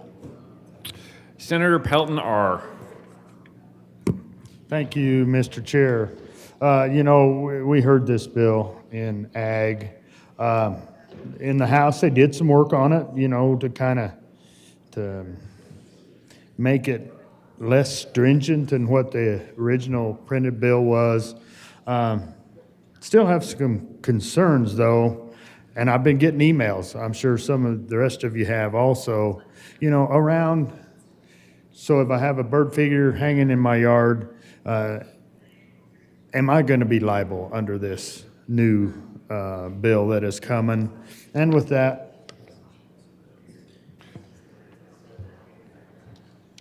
There is an amendment at the desk. Mr. Schaaf, will you please read L8? Amendment L8, amend re-engross bill, page 3, strike Senator letter Pelton 17. R. thank you, Mr. Chair. I move Amendment L008. So moved. To the amendment. Thank you. What this does, it just makes it more clear and to hopefully calm some of the concerns that I've been getting emails about. This amendment, what it does, if you put up a bird feeder or a hummingbird feeder, that you are exempt. Talking with DNR, trying to get them to like this amendment, you know, they think that's already clear, but I'm still getting emails. They think that just having a bird feeder is not a problem. It's if you're out there spreading a whole bag of food under it before you fill it, that the problem occurs. But I think this amendment would clarify that to the point that it would ease some concerns that are out in my district and other people's districts also. So with that, I urge support for L008. Senator Pelton B. Thank you, Mr. Chair. I rise in support in this amendment. Here's why. Right now, CPW does not have a great reputation. They're going to have to rebuild their trust. And we need this amendment to help us rebuild that trust. If they walk on our property and start accusing us of something, there's going to be a huge argument. There's going to be a lot of problems. We have got to allow this amendment on so we can make sure that we can rebuild that trust back with CPW. They do not have a good reputation right now, folks. I've got folks in my district closing their gates to CPW because of their reputation right now. We have to do a better job with that. We need to have this amendment. I ask for an aye vote. Senator Frizzell, sorry. Thank you, Mr. Chair. I rise in support of this amendment, and I have lots of reasons why. I have, unfortunately, had a fair amount of experience with bears, most recently in my own backyard in Castle Rock, where apparently our neighbors who have this really fantastic water feature, which I question in our current drought situations, but it's there. And apparently that has historically been a draw to bears. So not feeding the bears, but certainly attracting them to their backyard. But apparently the bear likes my backyard as well. And that is concerning because that means I can't put my hummingbird feeder out, and I really like my hummingbirds. I think that they're fantastic pollinators. They just do great things in our ecosystem, but I can't put bird food out. I can't put hummingbird food out. And even before I moved to Castle Rock, I actually lived in the southwest portion of Douglas County and had huge issues with bears, to the point where I had one that was walking around the outside of my house at night, every night, and I was literally on the other side of the window because it was trying to figure out how to get into my house. Here's my point. Bears are extraordinarily opportunistic. They will look for food anywhere they can. We had a situation where, unfortunately, one night we left the garage door open and the bear ransacked the refrigerator in our garage. That was pretty ugly and awful, and we never did that again. I also had a situation down there where a bear broke into my car. There was no food in the car, but they broke in anyway. That was lovely. As it turns out, bears are not super cute and cuddly. They are greasy and filthy and not pleasant, really bad for car interiors, as it turns out. So this opportunistic nature of bears, and I'm not somebody who claims to be associated with wildlife organizations at all, but this is my own personal experience.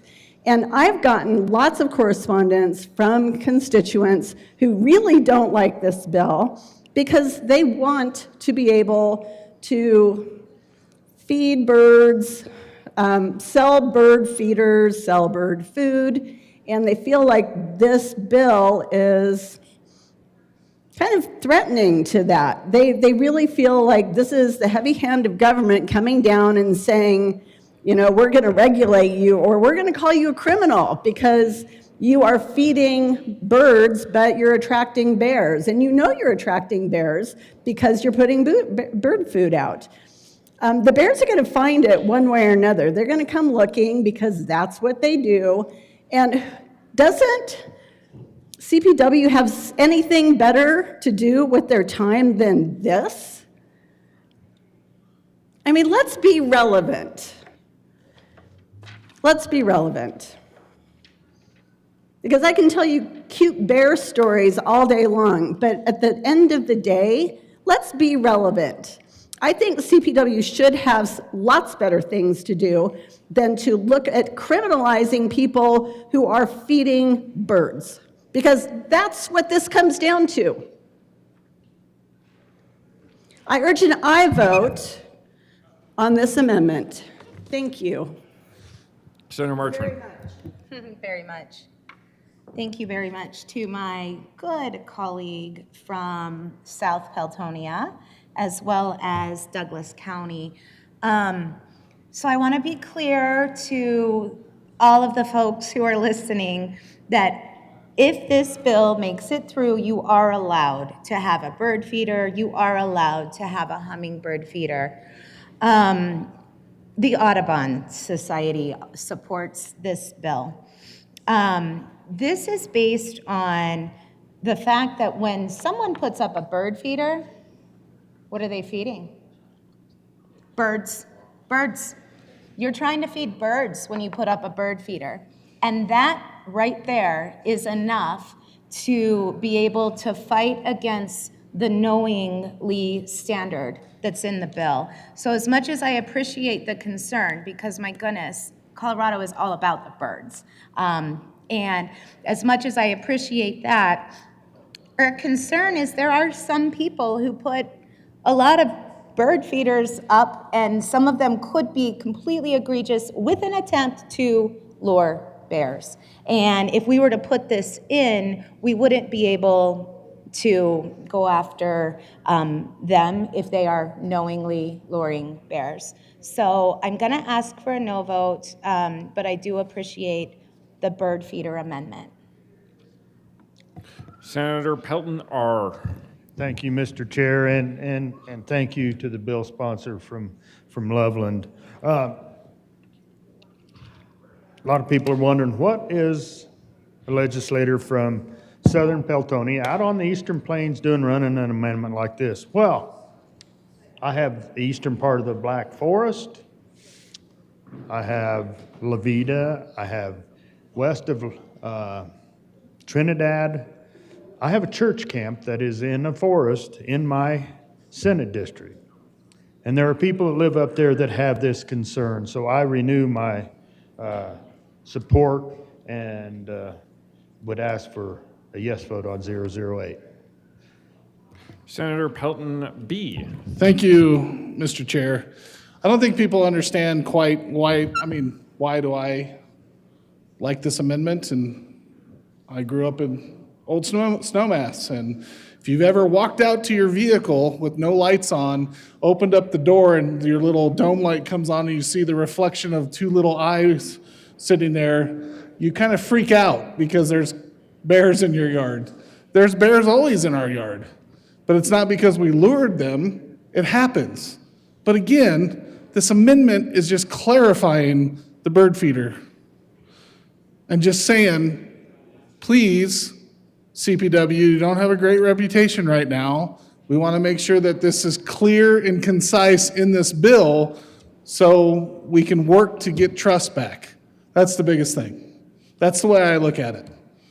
Yes, do I think that in the bill, the bird feeder stuff in there and you're not trying to lure bears? I agree.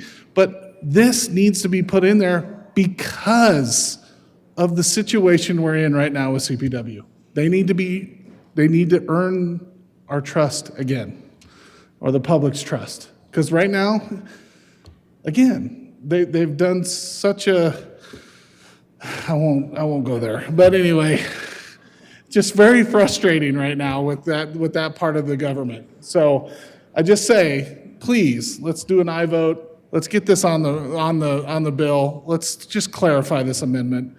So I ask for an aye. The motion is the adoption of L008. A division has been requested.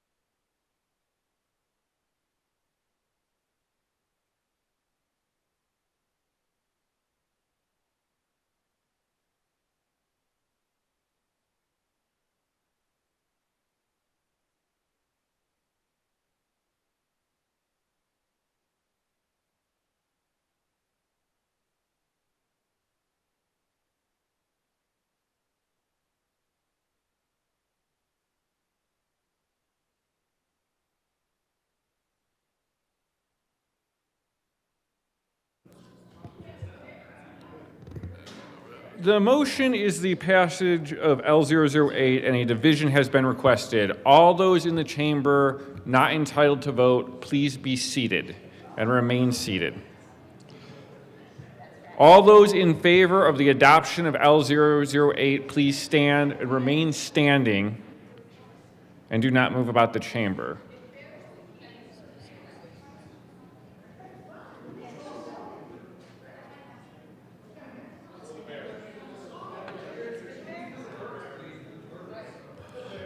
Please be seated. All those opposed, please stand and remain standing and do not move about the chamber.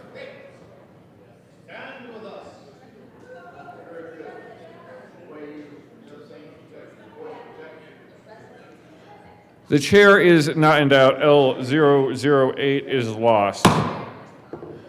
The motion is the adoption of House Bill 1342. All those in favor say aye. All opposed, no. Ayes have it. House Bill 1342 is adopted. Mr. Schaffler, will you please read the title to House Bill 1269? House Bill 1269 by Representatives Ricks and Joseph and Senator Marchman concerning transit access. Senator Marchman. Thank you, Mr. Chair. I move House Bill 1269 and the TNE report. To the committee report. Yeah, so in committee, we worked to put on an amendment that was requested by CASTA, the transit agency that covers all of the transit agencies in Colorado.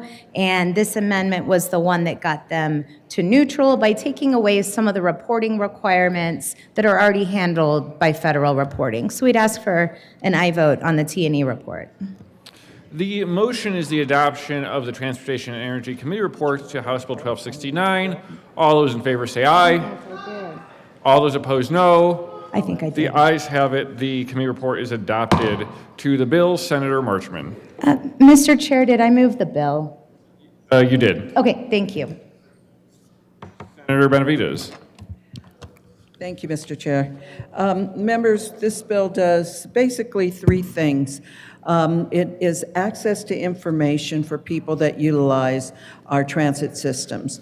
Because if you've ever had to catch a bus and you go to catch it and you don't know what time the bus comes or where to catch it at or where it goes to, if it'll come to the stop that you need, that's really difficult to find. So it's requiring information to be posted, even if it's just a QR code where people can access that information. And it's also more difficult if you speak another language. So there would be that information also available for those people. And finally, it's the reporting piece that is helpful to the transit agencies to be able to make determinations on their bus lines, if they know how many passengers are utilizing it. And that's really helpful for us in our districts. We'll know if people are using the transit system or not. The bill applies only to 10 agencies, transit agencies. They're the medium-sized agencies and to one large agency, which is RTD. The amendment that we got, that we had put on for the reporting, put everybody at least to neutral. Nobody opposed that once we put the amendment. So it's a good bill that'll help encourage the use of rapid transit, period. I urge a yes vote.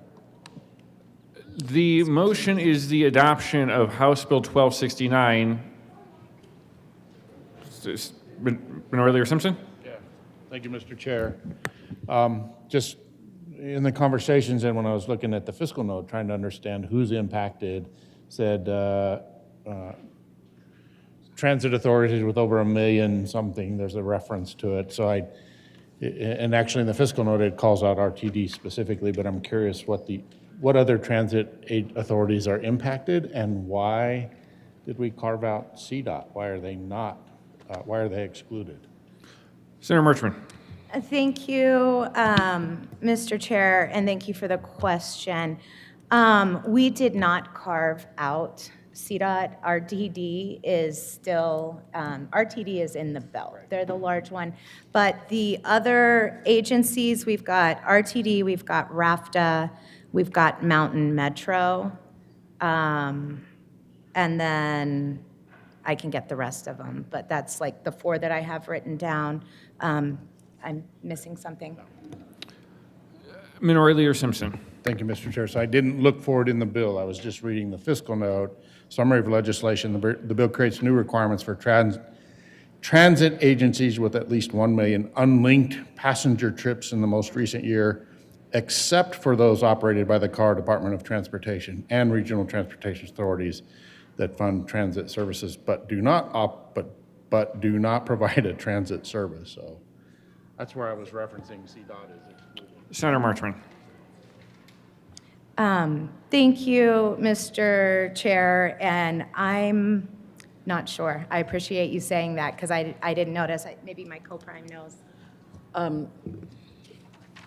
Mr. Chair. Senator Benavides. Thank you. Yeah, if you read the rest of that, it's also for that fund transportation services, but do not provide a transit service. So I don't recall, this bill was heavily amended in the House, and then it came over here, and we heavily amended it. But all of the stakeholders, nobody assumed CDOT was part of this. So, and in committee, that came up, and that particular question of who's covered, and that's where we talked about the 10 agencies, and unfortunately, I didn't write them down, and RTD was the only large agency. Thank you. The motion is the adoption of House Bill 1269. All those in favor say aye. All those opposed, no. The ayes have it. 1269 is adopted. Mr. Schaffler, will you please read the title to House Bill 1225? House Bill 1225 by Representative Smith and Wilford and Senators Ball and Bright concerning requirements to foster distributed energy resources in the state. Senator Ball. Thank you, Mr. Chair. I move House Bill 1225 and the associated Transportation and Energy Committee report. To the committee report. In committee, we had one amendment, which there was a large amendment in the House that resulted in a couple things that needed to be cleaned up. And then we made clear that neither the utilities or ratepayers are responsible for costs associated with the interconnection studies that the bill is focused on. The motion is the adoption of the Transportation and Energy Committee report to House Bill 1225. All those in favor say aye. Aye. All those opposed, no. The ayes have it. The committee report is adopted to the bill. The motion is the adoption of Senator Bright. Thank you, Mr. Chair.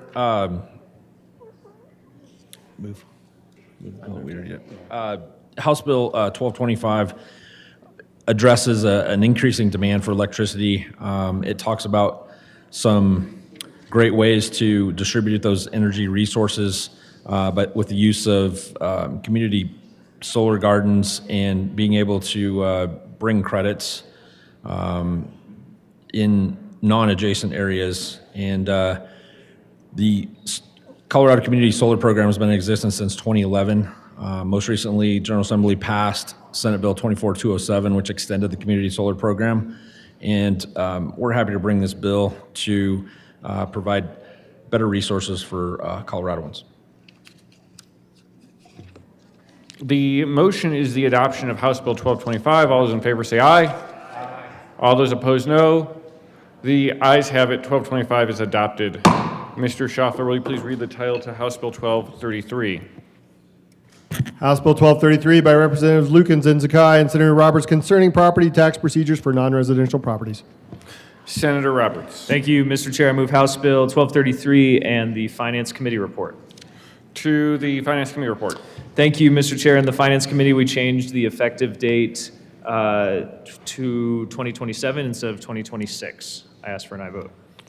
The motion is the adoption of the Finance Committee report to House Bill 1233. All those in favor say aye. Aye. All those opposed, no. The ayes have it. The Finance Committee report is adopted to the bill. There is an amendment at the desk. Mr. Schaffler, will you please read L9? Amendment L9, amend Ringross Bill, page 8, strike Senator lines Roberts. 20. Thank you, Mr. Chair. I move L9. So move to the amendment. Since we moved the effective date back, we no longer need a safety clause. This amendment puts in a petition clause. I ask for an aye vote. The motion is the adoption of L9 to House Bill 1233. All those in favor say aye. Aye. All those opposed, no. The ayes have it. L9 is adopted. Senator Roberts. Thank you, Mr. Chair. House Bill 1233 is a bill that's been unanimously supported by county commissioners across the state. This is to help create more transparency in non-residential property tax appeal proceedings. This does not, we're talking about commercial properties. We don't anticipate this ever applying to vacant land, agricultural land, but to commercial properties on non-residential land to get more transparency, more accurate numbers so that the appeals can be more fair. I appreciate all the work that went into this and ask for an aye vote. Senator Benavides.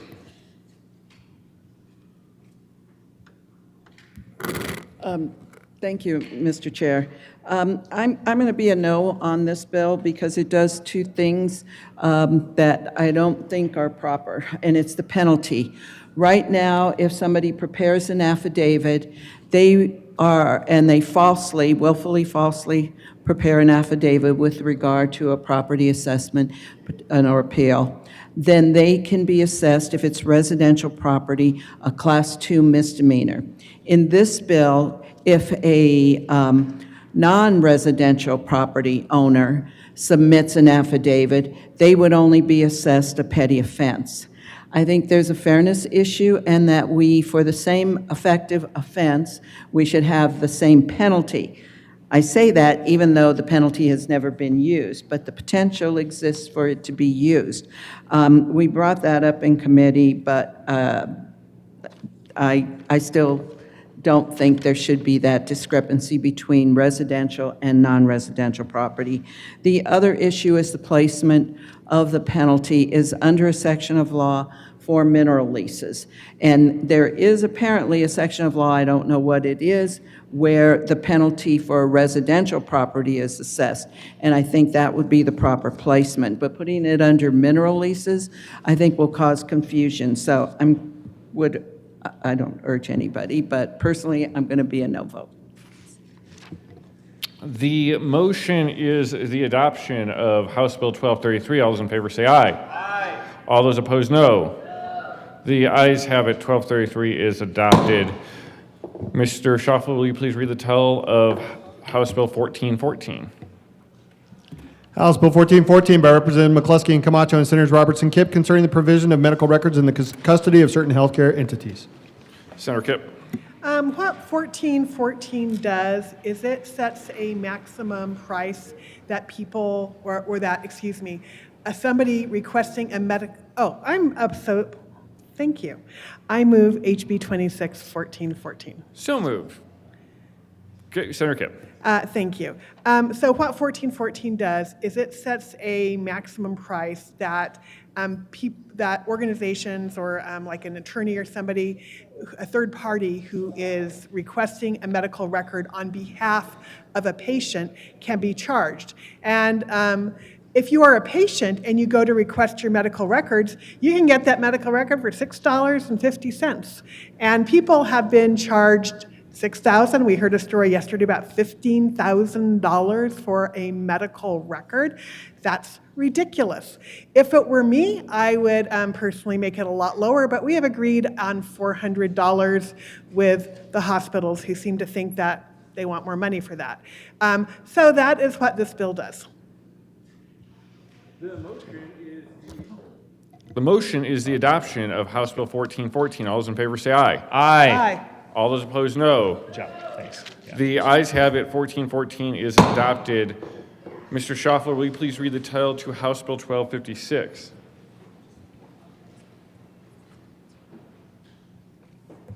House Bill 1256 by Representatives Jackson and Mabry and Senator Cutter concerning the procedure for releasing an individual from the Department of Corrections. Senator Cutter. Thank you, Mr. Chair. I move House Bill 1256. So moved. Senator Cutter. Thank you, Mr. Chair. People come home without, this is a Reentry Readiness Act. When people come home from being incarcerated, they come home without an ID often and vital documents, and they don't have gate money, meaning just money to, to have somewhere to spend the night, some food, anything. They're just left without hardly anything. And so they're entitled to $100, but this is per statute. I think it was enacted in 1972, and which I will point out would be $800 in today's dollars. But they're simply asking for the $100 that they're due applied across the board because currently the eligibility standards exclude many people. So we're just tweaking this to make sure everything is happening on time and any eligibility barriers are removed so people actually have a valid ID when they get out and they have their gate money, $100 with no exclusions. So it's a really It's a common sense bill. I'm really excited to support it. I was chair of the Women's Bean Project and worked with them for many years as a volunteer and on committees and such. And I actually mentored some women coming out of, coming away from being incarcerated. And we don't make it easy for them. We put up so many barriers to them, and they really genuinely want to go back and be part of society and have a place. So this is a really simple ask, and I hope that you all can support it. The motion is the adoption of House Bill 1256. All those in favor say aye. All those opposed, no. The ayes have it. 1256 is adopted.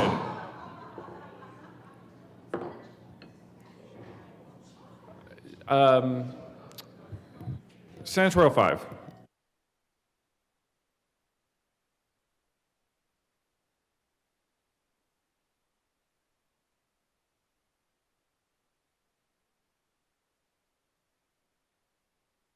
Majority Leader Rodriguez.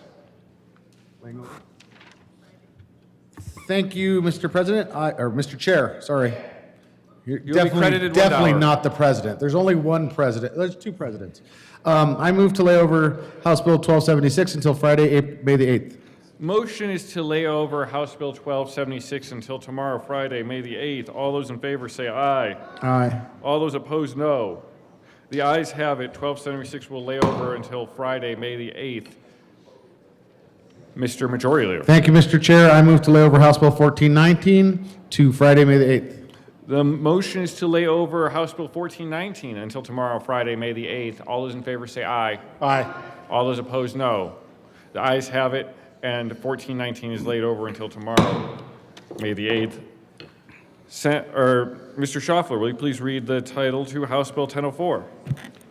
House Bill 1004 by Representative McCluskey and Caldwell and Senators Coleman and Simpson concerning a continuation of the income tax credit for a qualifying contribution to promote child care in the state. Minority Leader Simpson. Thank you, Mr. Chair.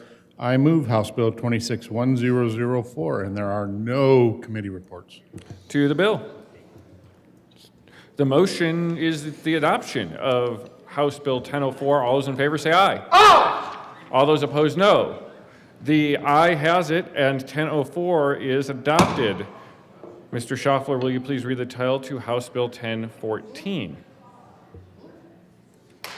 House Bill 1014 by Representatives Taggart and Basnicker and Senators Frizzell and Ball concerning an extension of the Colorado Job Growth Incentive Tax Credit through state income tax year 2034.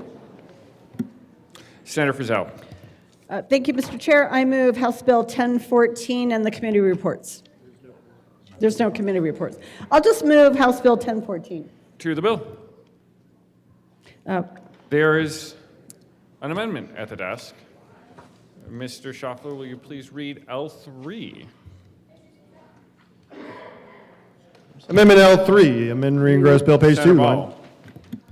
Thank you, Mr. Chair. I move Amendment L003 to House Bill 1014. So move to the amendment. Thank you, Mr. Chair. This amendment corrects a internal reference within the bill to be correct. This came to our attention from good senator from Centennial in the committee and relates to the declaration of the purpose of this bill, which had been outlined by a prior auditor report. The motion is the adoption of L003 to House Bill 1014. All those in favor say aye. Aye. All those opposed, no. The ayes have it. L003 is adopted to the bill. Senator Frizzell. Thank you, Mr. Chair. Members, this is a really great bill. It's really important to businesses in the state of Colorado and our ability to attract and retain businesses in the state of Colorado. House Bill 1014 reauthorizes the Job Growth Incentive Tax Credit, and there's an acronym for that, but I'm not going to go there because it's really long. But this is the state's most impactful economic development tool for recruitment, retention, and expansion of employment throughout the state. This program was created out of the recession and has very, very strict requirements and competitive processes built in to ensure the state gets the most value possible from every incentive awarded. And I'll turn it over. Senator Ball. Thank you, Mr. Chair. I would just echo everything that my co-prime sponsor said, and also just state that this is a difficult tax credit to qualify for, and there is a lot of paperwork involved, and really what it revolves around is proving that this tax credit led to more jobs. It was created out of the recession, and I think especially as we look at potential uncertain economic times ahead, things like this are important to make sure that we employ people, have good jobs in this state, and have a strong economy. The motion is the adoption of House Bill 1014. All those in favor say aye. Aye. All those opposed, no. All right. The ayes have it. House Bill 1014 is adopted. Mr. Schaffler, will you please read the title to House Bill 1111? There's no committee report, right? House Bill 1111 by Representatives Morrow and McCormick and Senators Kipp and Roberts, concerning the creation of a program for the end-of-life management of pesticide products and in connection therewith creating the pesticide product disposal and container recycling enterprise to develop and administer the program and making an appropriation. Senator Roberts. Thank you, Mr. Chair. I move House Bill 1111 and the Appropriations Committee report. To the Appropriations Committee report. In the Appropriations Committee, we reduced the fiscal impact by $896. I ask for an aye vote. The motion is the adoption of the Appropriations Committee report to House Bill 1111. All those in favor say aye. Aye. All those opposed, no. The ayes have it, and the committee report is adopted. To the bill, Senator Roberts. Thank you, Mr. Chair. Colleagues, glad to be here presenting House Bill 1111 with the good senator from Fort Collins. What this bill will do is set up a way for our Department of Agriculture to host pesticide recycling and disposal events across our state. Right now, if somebody wants to dispose of their pesticide and pesticide containers, they have to pay thousands of dollars to do so. This results in people storing too many risky pesticides and not disposing of them the right way. If we pass this bill and create this avenue for CDA to go across the state and help folks recycle and dispose of their pesticides, Coloradans will have a very low-cost way to do so, and we think will significantly encourage the safe disposal of these products. Pesticides, I believe, are vital and necessary for our agriculture industry as well as many other parts of our life, but we need to dispose of them the right way. This bill allows for a safe and affordable way to do so. I ask for your support. Minority Leader Simpson.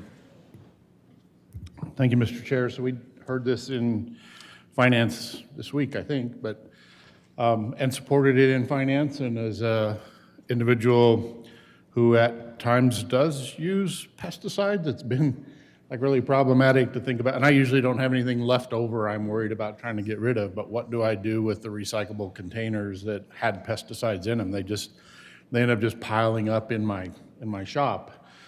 And having a place to go with them, like I talked to CDA this morning, there actually already is, and this will incorporate the recycle component into how you get rid of excess pesticides as well.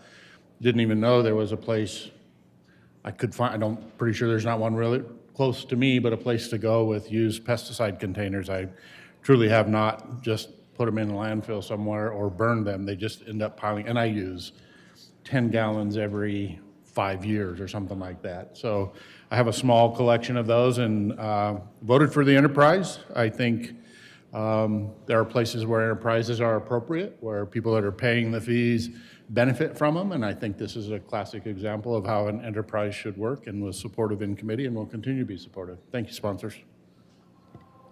The motion is the adoption of House Bill 1111. All those in favor say aye. Aye. All those opposed, no. The ayes have it. House Bill 1111 is adopted. Mr. Schaffler, will you please read the title to House Bill 1206? House Bill 1206 by Representatives Joseph and Gonzalez and Senators Lindstedt and Benavidez, concerning improved funding to support affordable housing development. Senator Benavidez. Thank you, Mr. Chair. I move House Bill 1206 and the Finance Committee report. To the Finance Committee report. Senator Benavidez. Thank you, Mr. Chair. In the Finance Committee report, we passed an amendment that clarified that the Housing Authority does not have taxing authority, and that they would work with either the city, where the housing authority exists or the county in order to bring a ballot initiative to impose a sales tax. The motion is the adoption of the Finance Committee reports to House Bill 1206. All those in favor say aye. Turn this in. All those opposed, no. The ayes have it. Finance Committee report is adopted. To the bill, Senator Lindstedt. Thank you, Mr. Chair. This is an excellent bill to help address Colorado's affordable housing shortage by giving our housing authorities the finance tools they need to get more housing built. We've been working on some important amendments for local governments to get some more buy-in on this idea, but giving our housing authorities this financial tool will lead to the development of more housing units and a lower housing cost across the state of Colorado. It's a great bill. I encourage an aye vote. There is an amendment at the desk. Mr. Schaffel, will you please read L23? Amendment L23, amend the Finance Committee report dated May 5th, 2026, page 1, line 7. Senator Benavides. Senator, he didn't call Senator Senator Lindstedt. Rodriguez. No. Senator Benavides. Senator Lindstedt. Senator Benavides. You said Rodriguez, that's why I didn't answer. Oh, I said Benavides. Okay. Senator Benavides. Talking to- All right. Doing great. The amendment L023, that was some concerns that came up in committee. The first part of that amendment just provides the authority that the taxing authority that cities and counties have. Can you read the amendment? Move the amendment. I thought we already did. I move amendment L023. So moved. Would you like to further discuss it? Sure. I will further discuss it. Senator Benavides. The first two parts of this amendment just state what the taxing authority is for cities and counties. The last part came up by one of the members of the committee with regard to a county. If you're a city and a county like the senators, like Broomfield or Denver or Boulder, you are the city and county, but I'm from Adams County, and we have several cities within our county. And so what this talks about is once an intergovernmental agreement has been reached, and that's between the Housing Authority and the county, because the amendment we put on required the Housing Authority to go to the county, enter into an intergovernmental agreement to put a referendum on the ballot. What this says before doing that, after an intergovernmental agreement, to enter into a memorandum of understanding with the cities within that jurisdiction. So they know what's happening, and their concerns are raised to the county, and they can put whatever they all agree to in the memorandum of understanding, including how any revenue raised may be dispersed. So I urge I vote on the amendment. Senator Mullica. Thank you, Mr. Chair. I just wanted to rise in support of this amendment and thank the sponsors after a robust conversation in finance. With what this bill is doing, there's been a lot of changes, but it started off that a housing authority could have independent taxing ability to go out and do up to a 1% tax. The bill was narrowed in finance to make sure that the governing authority, if it's the county commissioners or the municipality, that they had to do that in coordination with them and with their approval, and that entity would then put that taxing authority out. What we ran into is that in Adams County, where all three of the sponsors represent, or two of the sponsors represent myself, is that you could have the housing authority in Adams County be the entity that is consulted with and approved for the tax to go on the ballot, but then you would have no consultation with the actual municipalities. And in Adams County, the majority of Adams County, for example, is incorporated areas. And so there was robust conversation in Finance Committee about how do we make sure that those municipalities, in this case, are consulted with and also give the approval as well. And I think the sponsors found a way to do that with this amendment, and just want to applaud them for doing that, thank them for doing that, and ask for a yes vote on this amendment. Senator Frizzell. Never mind, I'm not going to speak to the amendment. The motion is the adoption of L23 to House Bill 1206. All those in favor say aye. Aye. All those opposed, no. No. The ayes have it. L23 is adopted. Senator Frizzell. Thank you, Mr. Chair. Members, I rise in opposition to House Bill 1206. We continue to, I know, it's so surprising. We continue to create new legislation every session that I've been here around this concept of an affordable housing crisis. And I agree, we have a shortage of housing. We have a shortage of affordable housing. But I absolutely disagree with the creation of additional mechanisms to fund this. Housing authorities are a really interesting animal in the world of local government, in my opinion anyway. As it turns out, we have statute on the books that creates a property tax exemption. So, and I've described this before, but I'm just going to go through it again, just in case you happen to miss it. But what happens is a housing authority can enter into a partnership agreement with a developer on a project. And that partnership in agreement in and of itself makes the entire property tax exempt. This is a great-ish, I guess, tool. It's a widely utilized tool, actually, for the development of affordable housing. I, to this day, question how much of this created affordable, quote-unquote, affordable housing is truly affordable. Never been able to actually, on a project-by-project basis, at least in my jurisdiction, been able to ascertain if the project is 100% affordable. There's various mechanisms that can be also utilized for the construction of these projects, and I agree. Getting these projects to pencil for construction is a challenge. And exempting them from property tax is certainly one of those layers of financing that is important.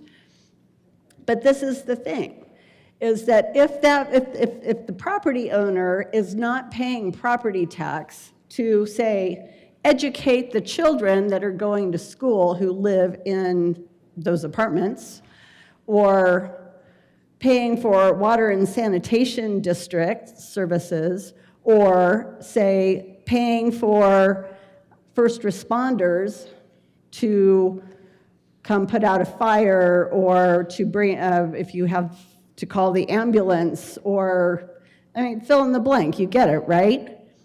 Who's paying for that? The other people in that district are paying for that. The other people who pay property taxes in that district pay for the services going to that property because they aren't paying property tax. There's often a really important misconception about property tax.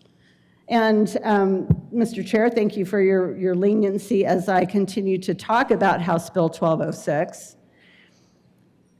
But when we're talking about other people's money going to pay for a project or sustain services to a project, in the case of property taxes, that's a really difficult situation. I get that with this bill, people get to vote on whether they want to do this or not.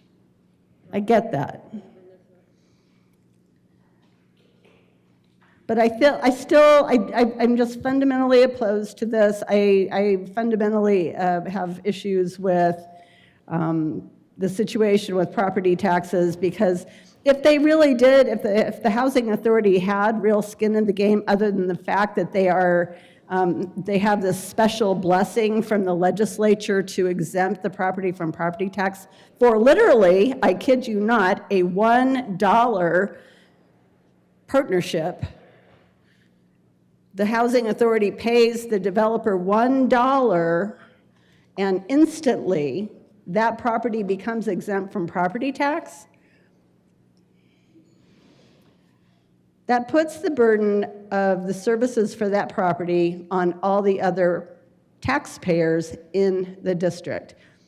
So if you do that enough, you're raising the taxes of other people so that they can maintain the same level of service that they've come to enjoy. It becomes an issue. It especially becomes an issue when you're talking about emergency services. Talk to South Metro Fire District about what's happened in Parker with tax increment financing, which is similar but different. I just want to raise this question, and I appreciate your attention. Thank you. The motion is the adoption of House Bill 1206. All those in favor say aye. All those opposed, no. The ayes have it. 1206 is adopted.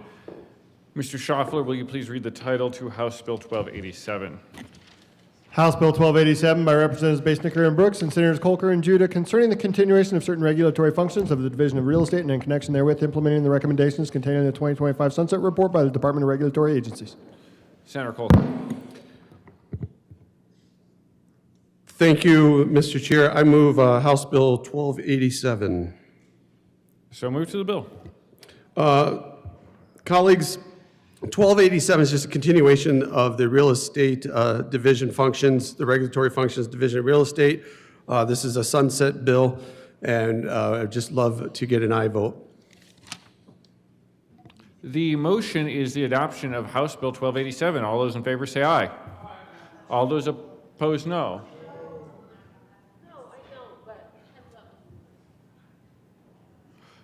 The ayes have it. House Bill 1287 is adopted. Mr. Majority Leader. Thank you, Mr. Chair. I move the committee rise and report. The motion is for the committee to rise and report. All those in favor say aye. All those opposed, no. The ayes have it. The committee will rise and report.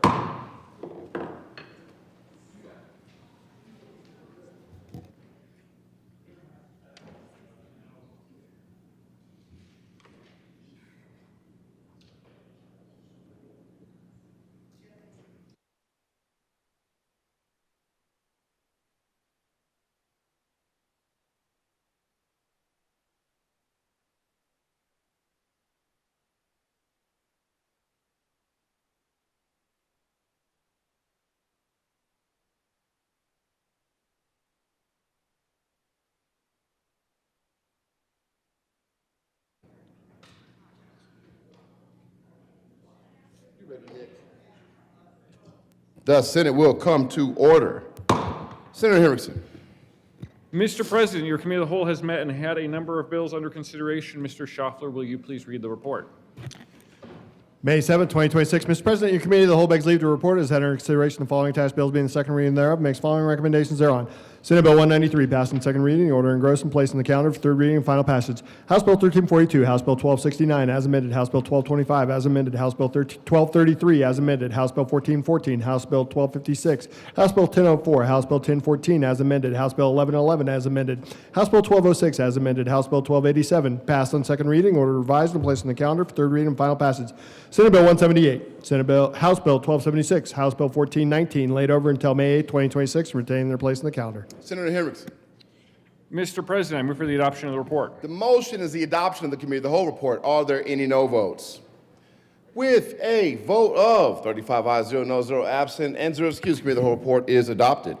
Senate Bill 193 passed second reading, order gross passed calendar for third reading, final passage. House Bill 1342, 1269 is amended, 1225 is amended, 1233 is amended. 1414, 1256, 1004, 1014 is amended. 1111 is amended. 1206 is amended. That's a lot of bills. 1287 passed on second reading, order revised, President Count, third reading, final passage. Senate Bill 178, House Bill 1276, House Bill 1419, laid over until 5/8/2026, taken place on the calendar. Mr. Majority Leader. Thank you. Colleagues, we mistakenly laid over Senate Bill 178 off the specials for another day. Some amendments have been drafted. We spoke to the Minority Leader. We're going to pull up a specials calendar now so we can take up Senate Bill 178. On that, Mr. President, I move the Senate pull up on special order second reading of bills, Senate Bill 178 at the hour of 12:13 a.m. The motion is the Senate take up that bill on special orders at the hour of 12:13 p.m. All those in favor say aye. Opposed, no. The ayes have it. That motion is adopted. The Senate will take up that bill on special orders at the hour of 12:13 p.m. Special orders, second reading of the bill, Senator Hendrickson.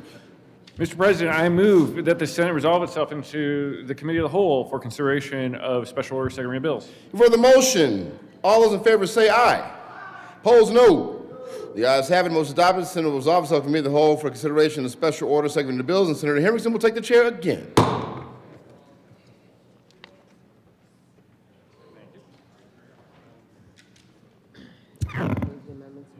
The Committee of the Whole will come to order and the court rules relaxed for everybody again. Mr. Schaffler, will you please read the title to Senate Bill 178? Senate Bill 178 by Senators Mullica and Judah and Representatives Brown and Gilchrist concerning measures to address the affordability of health insurance. Senator Mullica. Thank you, Mr. Chair. I move Senate Bill 178 in the Finance and Appropriations Committee report. To the committee reports. Thank you. In the Finance Committee, we ran an amendment, two amendments. One changed the funding source from UPTF to a bond within the enterprise, and then the other amendment also had materials be available in Spanish. Would ask for a yes vote. The motion is the adoption of the Finance Committee reports to Senate Bill 178. All those in favor say aye. Aye. All opposed, no. The ayes have it. The Finance Committee report is adopted. The motion is the adoption of the discussion on the Appropriations Committee report. Thank you, Mr. Chair. In the Appropriations Committee, we ran amendments to have presentation to JBC on ways to save costs in this enterprise and within these programs. Would ask for a yes vote. The motion is the adoption of the Appropriations Committee report to Senate Bill 178. All those in favor say aye. Aye. All those opposed, no. The ayes have it. The Appropriations Committee report is adopted. To the bill, Senator Judah. There is an amendment at the desk. Mr. Schaffler, would please read L2. Amendment L2, amend the Finance Committee report dated April 30, 2026, page 3, strike Senator line Judah. 14. Thank you, Mr. Chair. I move L2. This amendment simply allows all the insurer contributions to the exchange, Connect for Health Colorado, up to $9 million to go to high. Right now, the bill splits it from $5 million to the exchange and $4 million to high, so we're moving it all over to the exchange. And ask for an aye vote. The motion is the adoption of L002 to Senate Bill 178. All those in favor say aye. Aye. All those opposed, no. The aye has it, and the L002 is adopted. There is an amendment at the desk. Mr. Schaffler, will you please read L16? Amendment L16, amend the Finance Senator Committee Mullica. report. Thank you, Mr. Chair. I move Amendment L16. So move to the amendment. Thank you, Mr. Chair. Amendment L16, members, brings in some language from an amendment brought by one of the Appropriations Committee members around premiums and the Department of Insurance or Division of Insurance needing to look at premiums on these within these programs. The amendment also talks about the bonding and that'll take into account any potential cost savings. The amendment also takes into cost savings, reducing the amount of reinsurance that needs to be saved from 20% down to 18%, which we weren't able to get an exact number, but roughly should save $10 to $15 million over the program, which will be less money that'll needed to be bonded. And so that's what this amendment does. Senator Kirkmeyer.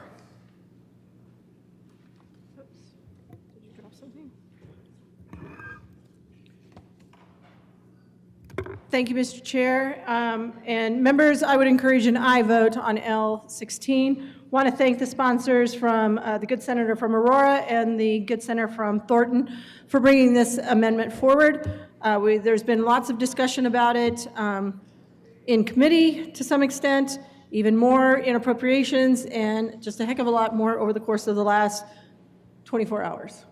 So appreciate that you bring it forward. Members, this is the first attempt at starting to put some guardrails on this program all the way through. And again, it's the first stab at it. Doesn't mean it's the only, but it's where we can get to for right now. And I think it's a great amendment, and I would encourage an aye vote. Thank you.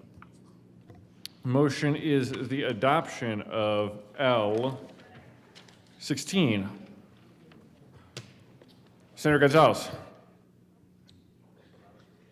Thank you, Mr. President. I rise with appreciation to the bill sponsors for having brought forward this amendment. In the Appropriations Committee, I want to be very clear that there had been an amendment proposed that I would not have supported. And so because of that, I'm really appreciative that this language is now reflected in L16 now before us for our consideration. Access to healthcare is going to help save people's lives. I'm glad that we have threaded the needle. I ask for an aye vote. The motion is the adoption of L16 to Senate Bill 178. All those in favor say aye. Aye. All opposed, no. The ayes have it. L16 is adopted. Senator Bridges. Thank you, Mr. Chair. This bill got me angrier than I have been really about almost any other bill this year. Maybe top 5 in my time as a legislator, in part because the funding mechanism for it is just so completely bananas. We are going to take out a $100 million bond in order to help folks afford health care for 1 year. We're going to be paying off that bond for 20 years, potentially, I think is what's envisioned, with an option to pay it off earlier. The way we're paying for it is that we are going to, one of the amendments today allowed a current a donation from health insurance companies in order to get tax relief that currently goes to the exchange will now go to the high. So they will get like $9 million a year from the insurance companies and then use that $9 million to pay off the bond. It's a tax cut for the insurance companies. So essentially this is just spreading the cost of this to the general fund over several years. It is tax credits, though. It's above the tax line. It's not actual general fund dollars going out, but tax credits and tax breaks, that's spending. That is general fund spending in one way or another. It's spending that doesn't come through the general fund in order to be spent, but it is money that would otherwise be coming into state coffers. It is a form of spending. So I just want to be clear that that is how we're doing this. It is a one-year benefit. It is to make sure that people have health care. Right? This is incredibly important. As the sponsors have said, these are real lives. These are real families. These are real people that are going to be impacted. It's tens of thousands of people that are impacted by this across our state. I am grateful for the work that's been done both by sponsors and by folks on the first floor to try and figure out a path on this. I am deeply, deeply uncomfortable with the financing mechanisms, and this is a this year only thing. The presentation that will be coming to the Budget Committee in January better have a plan to wind this down as a ramp. This is not something we can take away from people right away. I do think that ramp should start this year. In many ways, it does not start this year, but for folks who are depending on this, the federal government stepped away.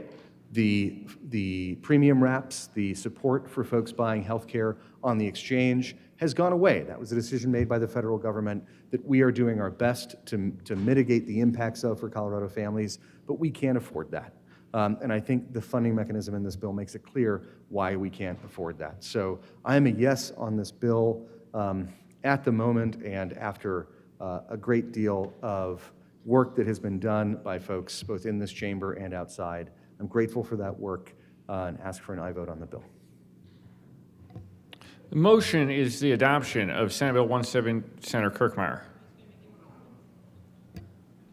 Senator Kirkmeyer. Thank you, Mr. Chair. Members, I actually am going to be a no on the bill for several reasons. But I am greatly appreciative of the bill sponsors and all of the individuals who helped work to get the amendments that we did on the bill. When I sat in on the Finance Committee and listened in on this bill and listening to what was going on, I think the first thing we need to understand is this bill impacts a lot of Coloradoans, not just the people on the program. It impacts a lot of the Coloradoans who end up helping to pay through their premium increases the $140 million of fees that are put on plans. So this is impacting not just the people who get to take advantage of these programs, it's impacting those individuals, quite frankly, like my daughter and son-in-law, who have increased premium fees to help pay for these programs. And it's time that this program gets some guardrails, and that's what this is about. At first blush, this program would have taken $40 million and asked for additional fees, an additional $40 million. That could have put an additional $2 per member per month, up to $35 per member per month. There could have been individuals that aren't getting these programs that would have had an increase anywhere from $500 or more annually in their insurance premiums. And I think we all understand about the affordability issues that we have in this state. We can't keep putting more fees on insurance premiums and thinking those aren't getting passed on to somebody, because they are. They're getting passed on to those other Coloradoans in our state that are paying for it. Those $140 million worth of fees that pay for this program are coming from those other Coloradoans in our state, Coloradoans that live in all of our districts. And yes, there are Coloradoans that live in all of our districts that are getting to take advantage of this program. That's why so insistent, and why, again, I'm grateful. We have an amendment here, as the good senator from Greenwood Village says. Some of us thought there should be guardrails sooner. It's pretty difficult to get to those guardrails in this current year, but honestly, I think you should be looking at this as an 8-month fix.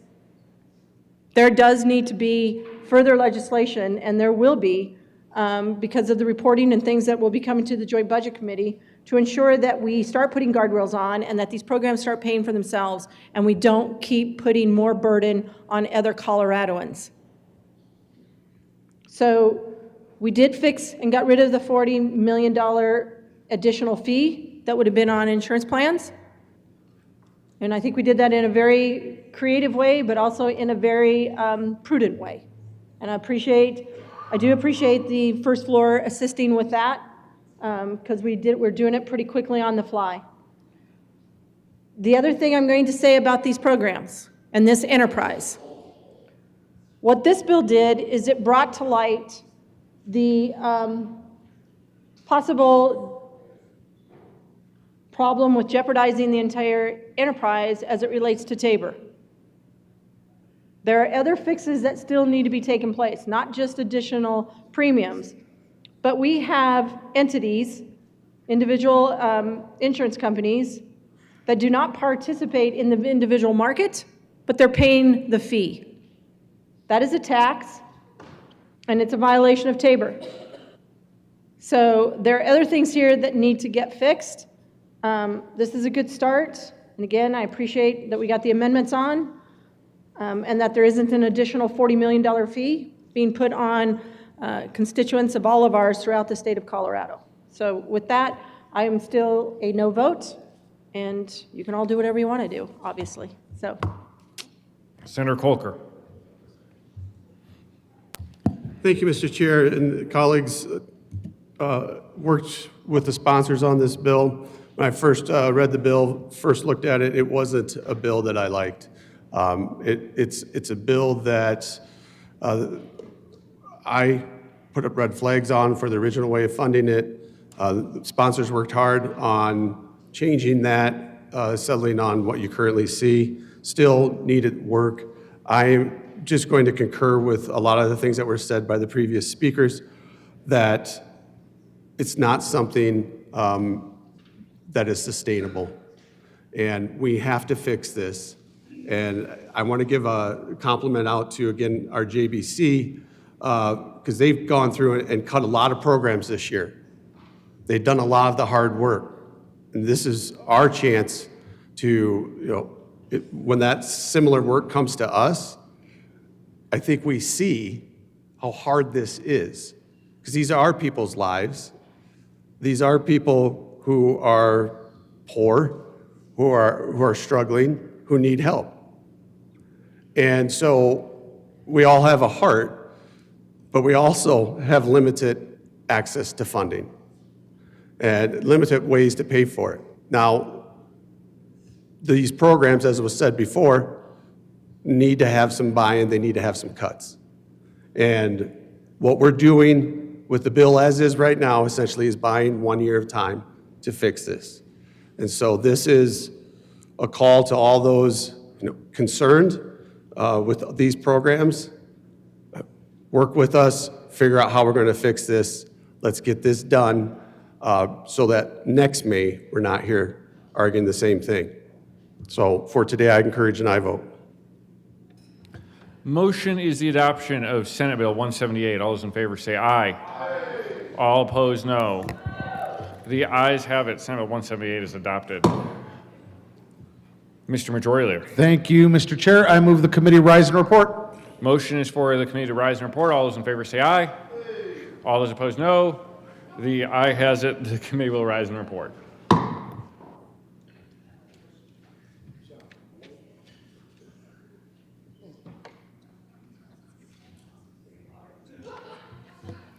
The Senate will come to order. Senator Henriksen. Mr. President, your committee of the whole has met and had a bill under consideration. Mr. Schaffler, will you please read the report? May 7, 2026. Mr. President, your committee of the whole begs leave to report has had under consideration the following attached bill being the second reading thereof and makes following recommendations thereon. Senate Bill 178 as amended, passed on second reading and ordered engrossed and placed on the calendar for third reading and final passage. Senator Henriksen. Mr. President, I move for the adoption of the report. The motion is the adoption of the committee of the whole report. Are there any no votes? With a vote of 35 ayes, 0 noes, 0 absent, and 0 excused, committee of the whole report is adopted. Senate Bill 178 is amended, passed second reading, order engrossed, placed on calendar for third reading and final passage. Mr. Majority Leader. Thank you, Mr. President. I move that the general order second reading of bills be laid over until Friday, May the 8th. The motion is laid over general order second reading of bills of calendar to Friday, May the 8th. All those in favor say aye. Aye. Opposed, no. The ayes have it. General order second reading of bills calendar laid over to Friday, May the 8th. Consideration of House amendments to Senate bills.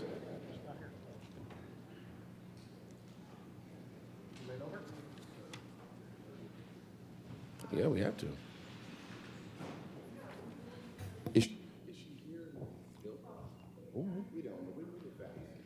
Senate 205.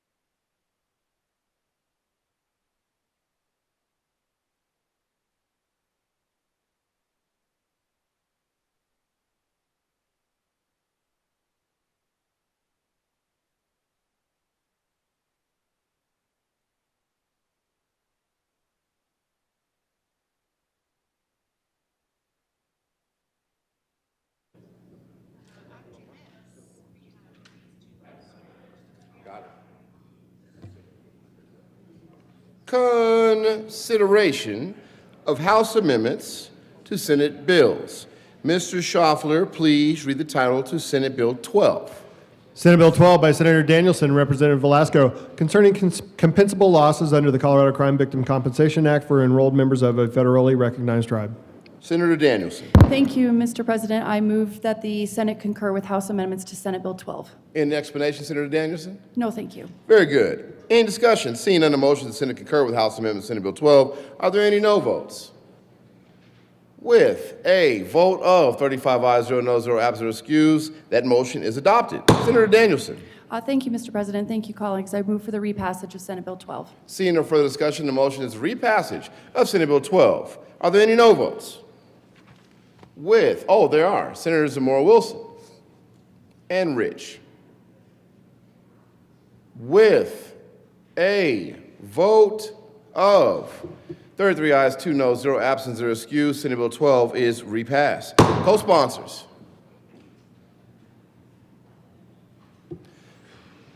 Conference Committee report.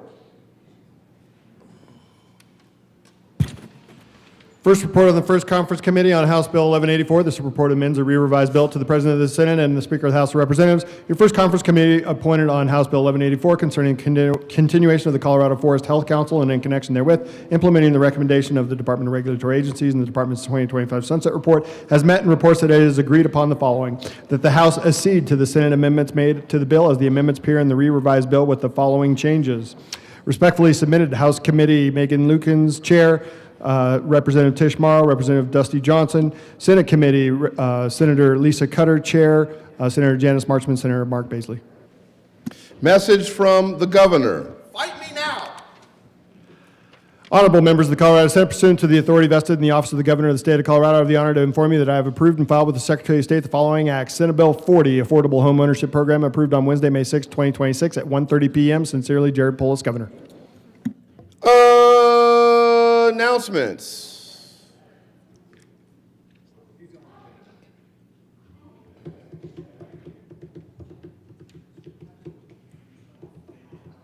Senator Amabile. Thank you, Mr. President. The Appropriations Committee will meet tomorrow morning and at 8 across the street, and we will hear 1060. These are all House bills: 1016, 1054, 1059, 1075, 1147, 1230, 1272, 1281, 1298, 1324, and other bills as assigned. And I also just want to say that we may meet tomorrow afternoon as well. So the Joint Budget Committee, the Appropriations Committee should be prepared for a possible afternoon meeting as well. Very good. Senator Roberts. Thank you, Mr. President. The Agriculture and Natural Resources Committee, we have no changes, same room, same time, 1:30. We will hear House Bill 1033 followed by House Bill 1340. Very good. Senator Pelton R. Thank you, Mr. President. Tomorrow morning, the naturopathic doctors will be here doing breakfast over by the old Supreme Court. Stop by and see them and have some conversations, and you will be enlightened, Senator Pelton B. Wow.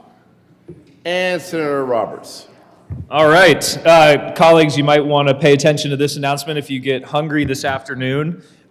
Today is the Colorado Farm Bureau's end of session burger bash.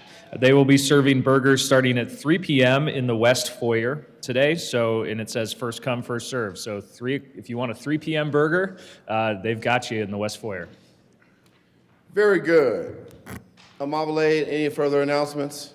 Okay, very good. I have one announcement, members. Just want to say thank you to all of our staff. They do amazing work, but in particular, I wanted to let's give it up for them. But in particular, I wanted to give it up for JB, Jonathan Brown, because he does our calendars, and as you can see today is Faith Winter's birthday. So happy birthday, Faith, and thank you very much, Mr. Brown. Mr. Majority Leader. Thank you, Mr. President. Members, you have each received a purple sheet concerning the statutes, your bills, and mail forwarding during the interim. Please complete the form and return it ASAP to either Jonathan or Justin at the front desk. Colleagues, we will be reading bills across the desk later. No need to return. On that, Mr. President, I move the Senate recess until 1 p.m. today. Hear the motion. All those in favor say aye. Opposed, no. The ayes have it. The Senate will recess until 1 p.m. today.